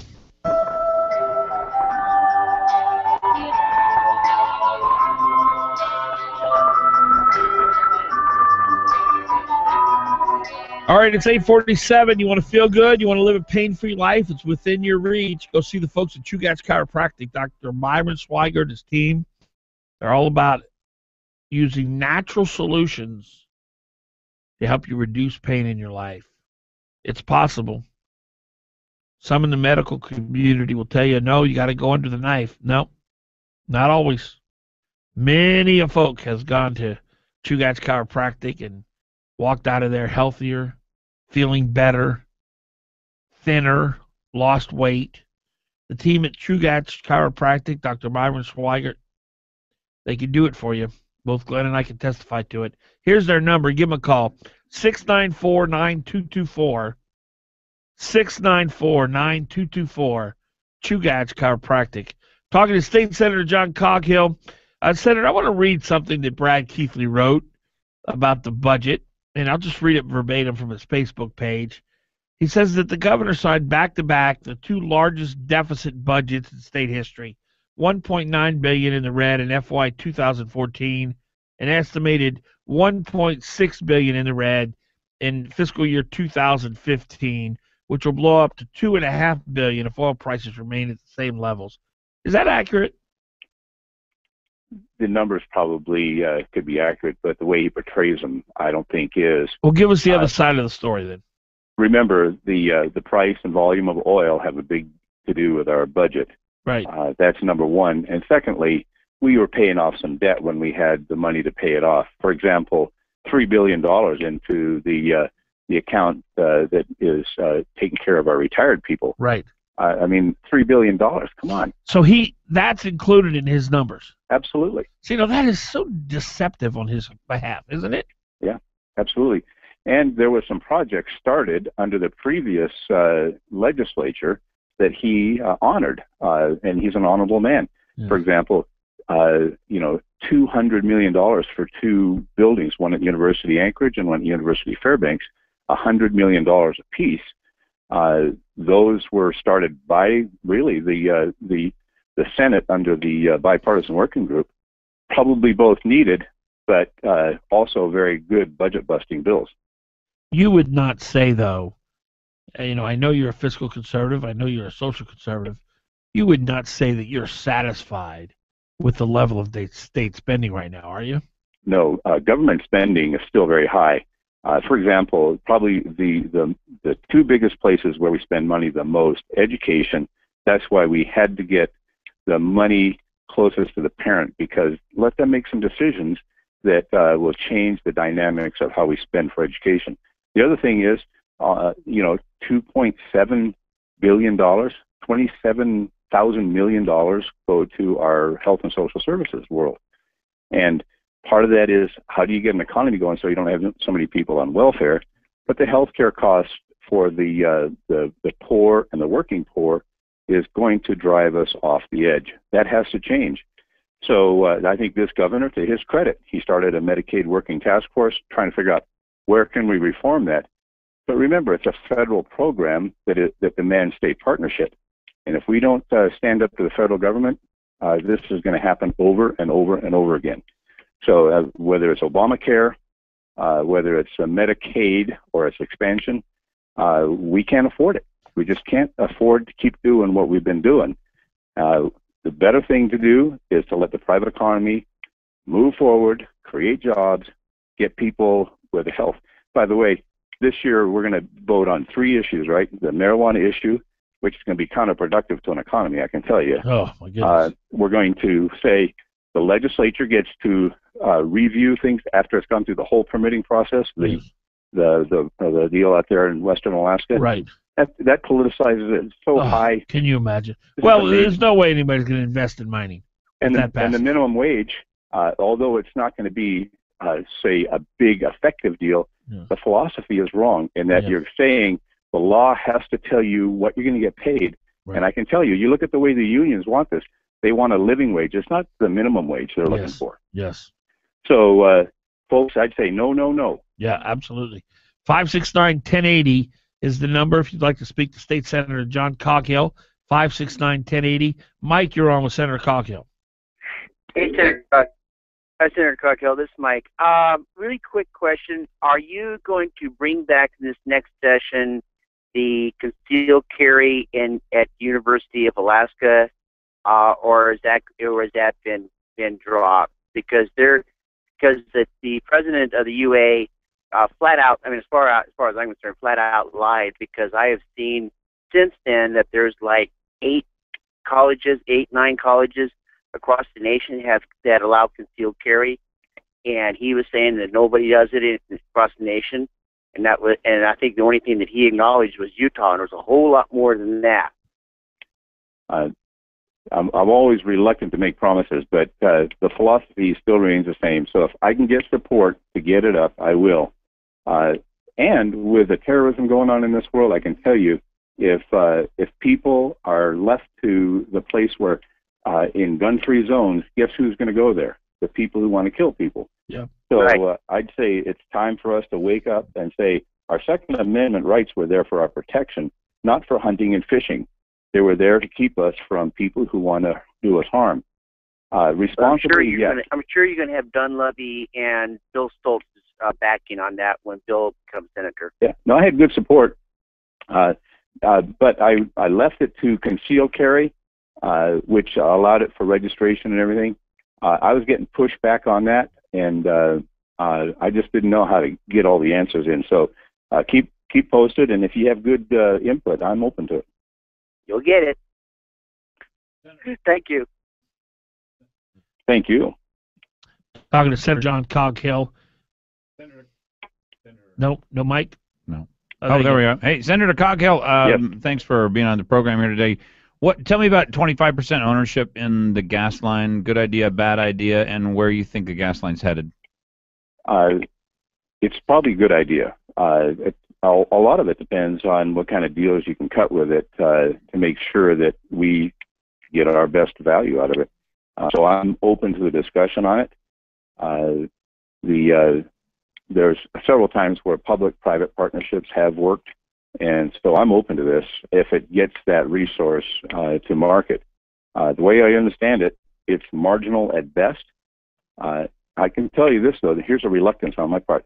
I've never been a fan of government owning stuff. I just haven't been. So I have to get across that natural kind of basic philosophy of mine. So, well, you might think about this because somebody was just on the program, Lance Roberts from up there. He said that instead of taking royalty plus all the other taxes that we take out of it, our ownership share is going to be the same percentage as our take. So really, this cleans up the taxation because you probably are not comfortable with government taxing stuff too heavily either. Exactly. So that's why I've been open to it. And if it gets the molecules to us in Alaska, I'm game. That means real value gets to move along at the state's behest.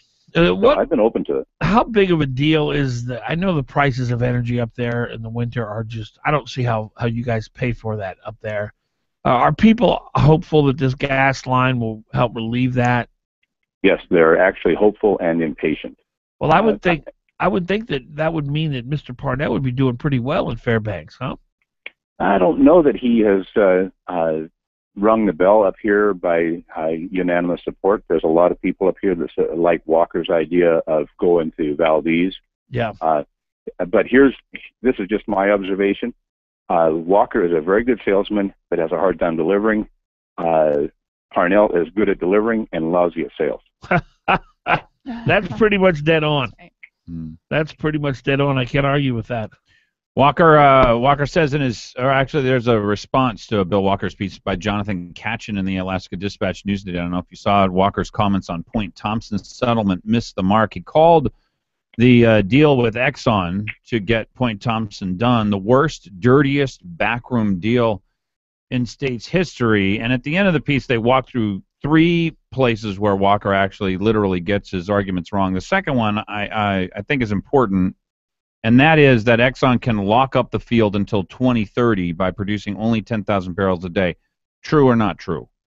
That's always possible. You can drag your feet all day long, but you know what's going on? They're spending hundreds of millions of dollars up there right now. $430 million. Yeah, they got 700 employees. Here's what it says. Here's the specifics on it. Section 4.7 and Section 4.5.3.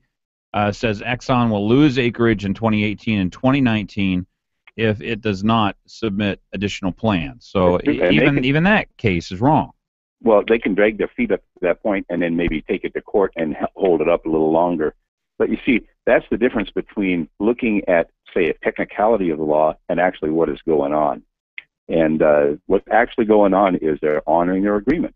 They're actually putting money into the ground. They're building the pad. They're getting ready to produce and cycle that gas, which is exactly what we asked them to do now. Well, that was the settlement. Well, Senator Coghill, if you're in Anchorage anytime soon, let us know. We'd love to have you here in the studio and have you back. We'd always love having you on the show. I appreciate you calling us in this morning. One last thing. We got to stand up to the federal government. Watch out, folks. This administration is not done with Alaska. We got lots coming our way. We got to work hard. I wouldn't encourage you to leave it up to either Walker or Vegas. Yes, sir. I agree with you wholeheartedly. Thank you, Senator Coghill. See ya. Appreciate it. All right, you probably need a nap after all those Pop-Tarts you ate. I might have some more Pop-Tarts. Have a great Monday afternoon, folks. We'll be back here tomorrow. Fagan, Biegel, and Bonnie. KOAN, KVNT. Monday afternoon, folks. We'll be back here tomorrow. Fagan, Biegel, and Bonnie. KOAN, KVNT. And that's a wrap. Thanks for tuning in to Fagan and Biegel in the Morning.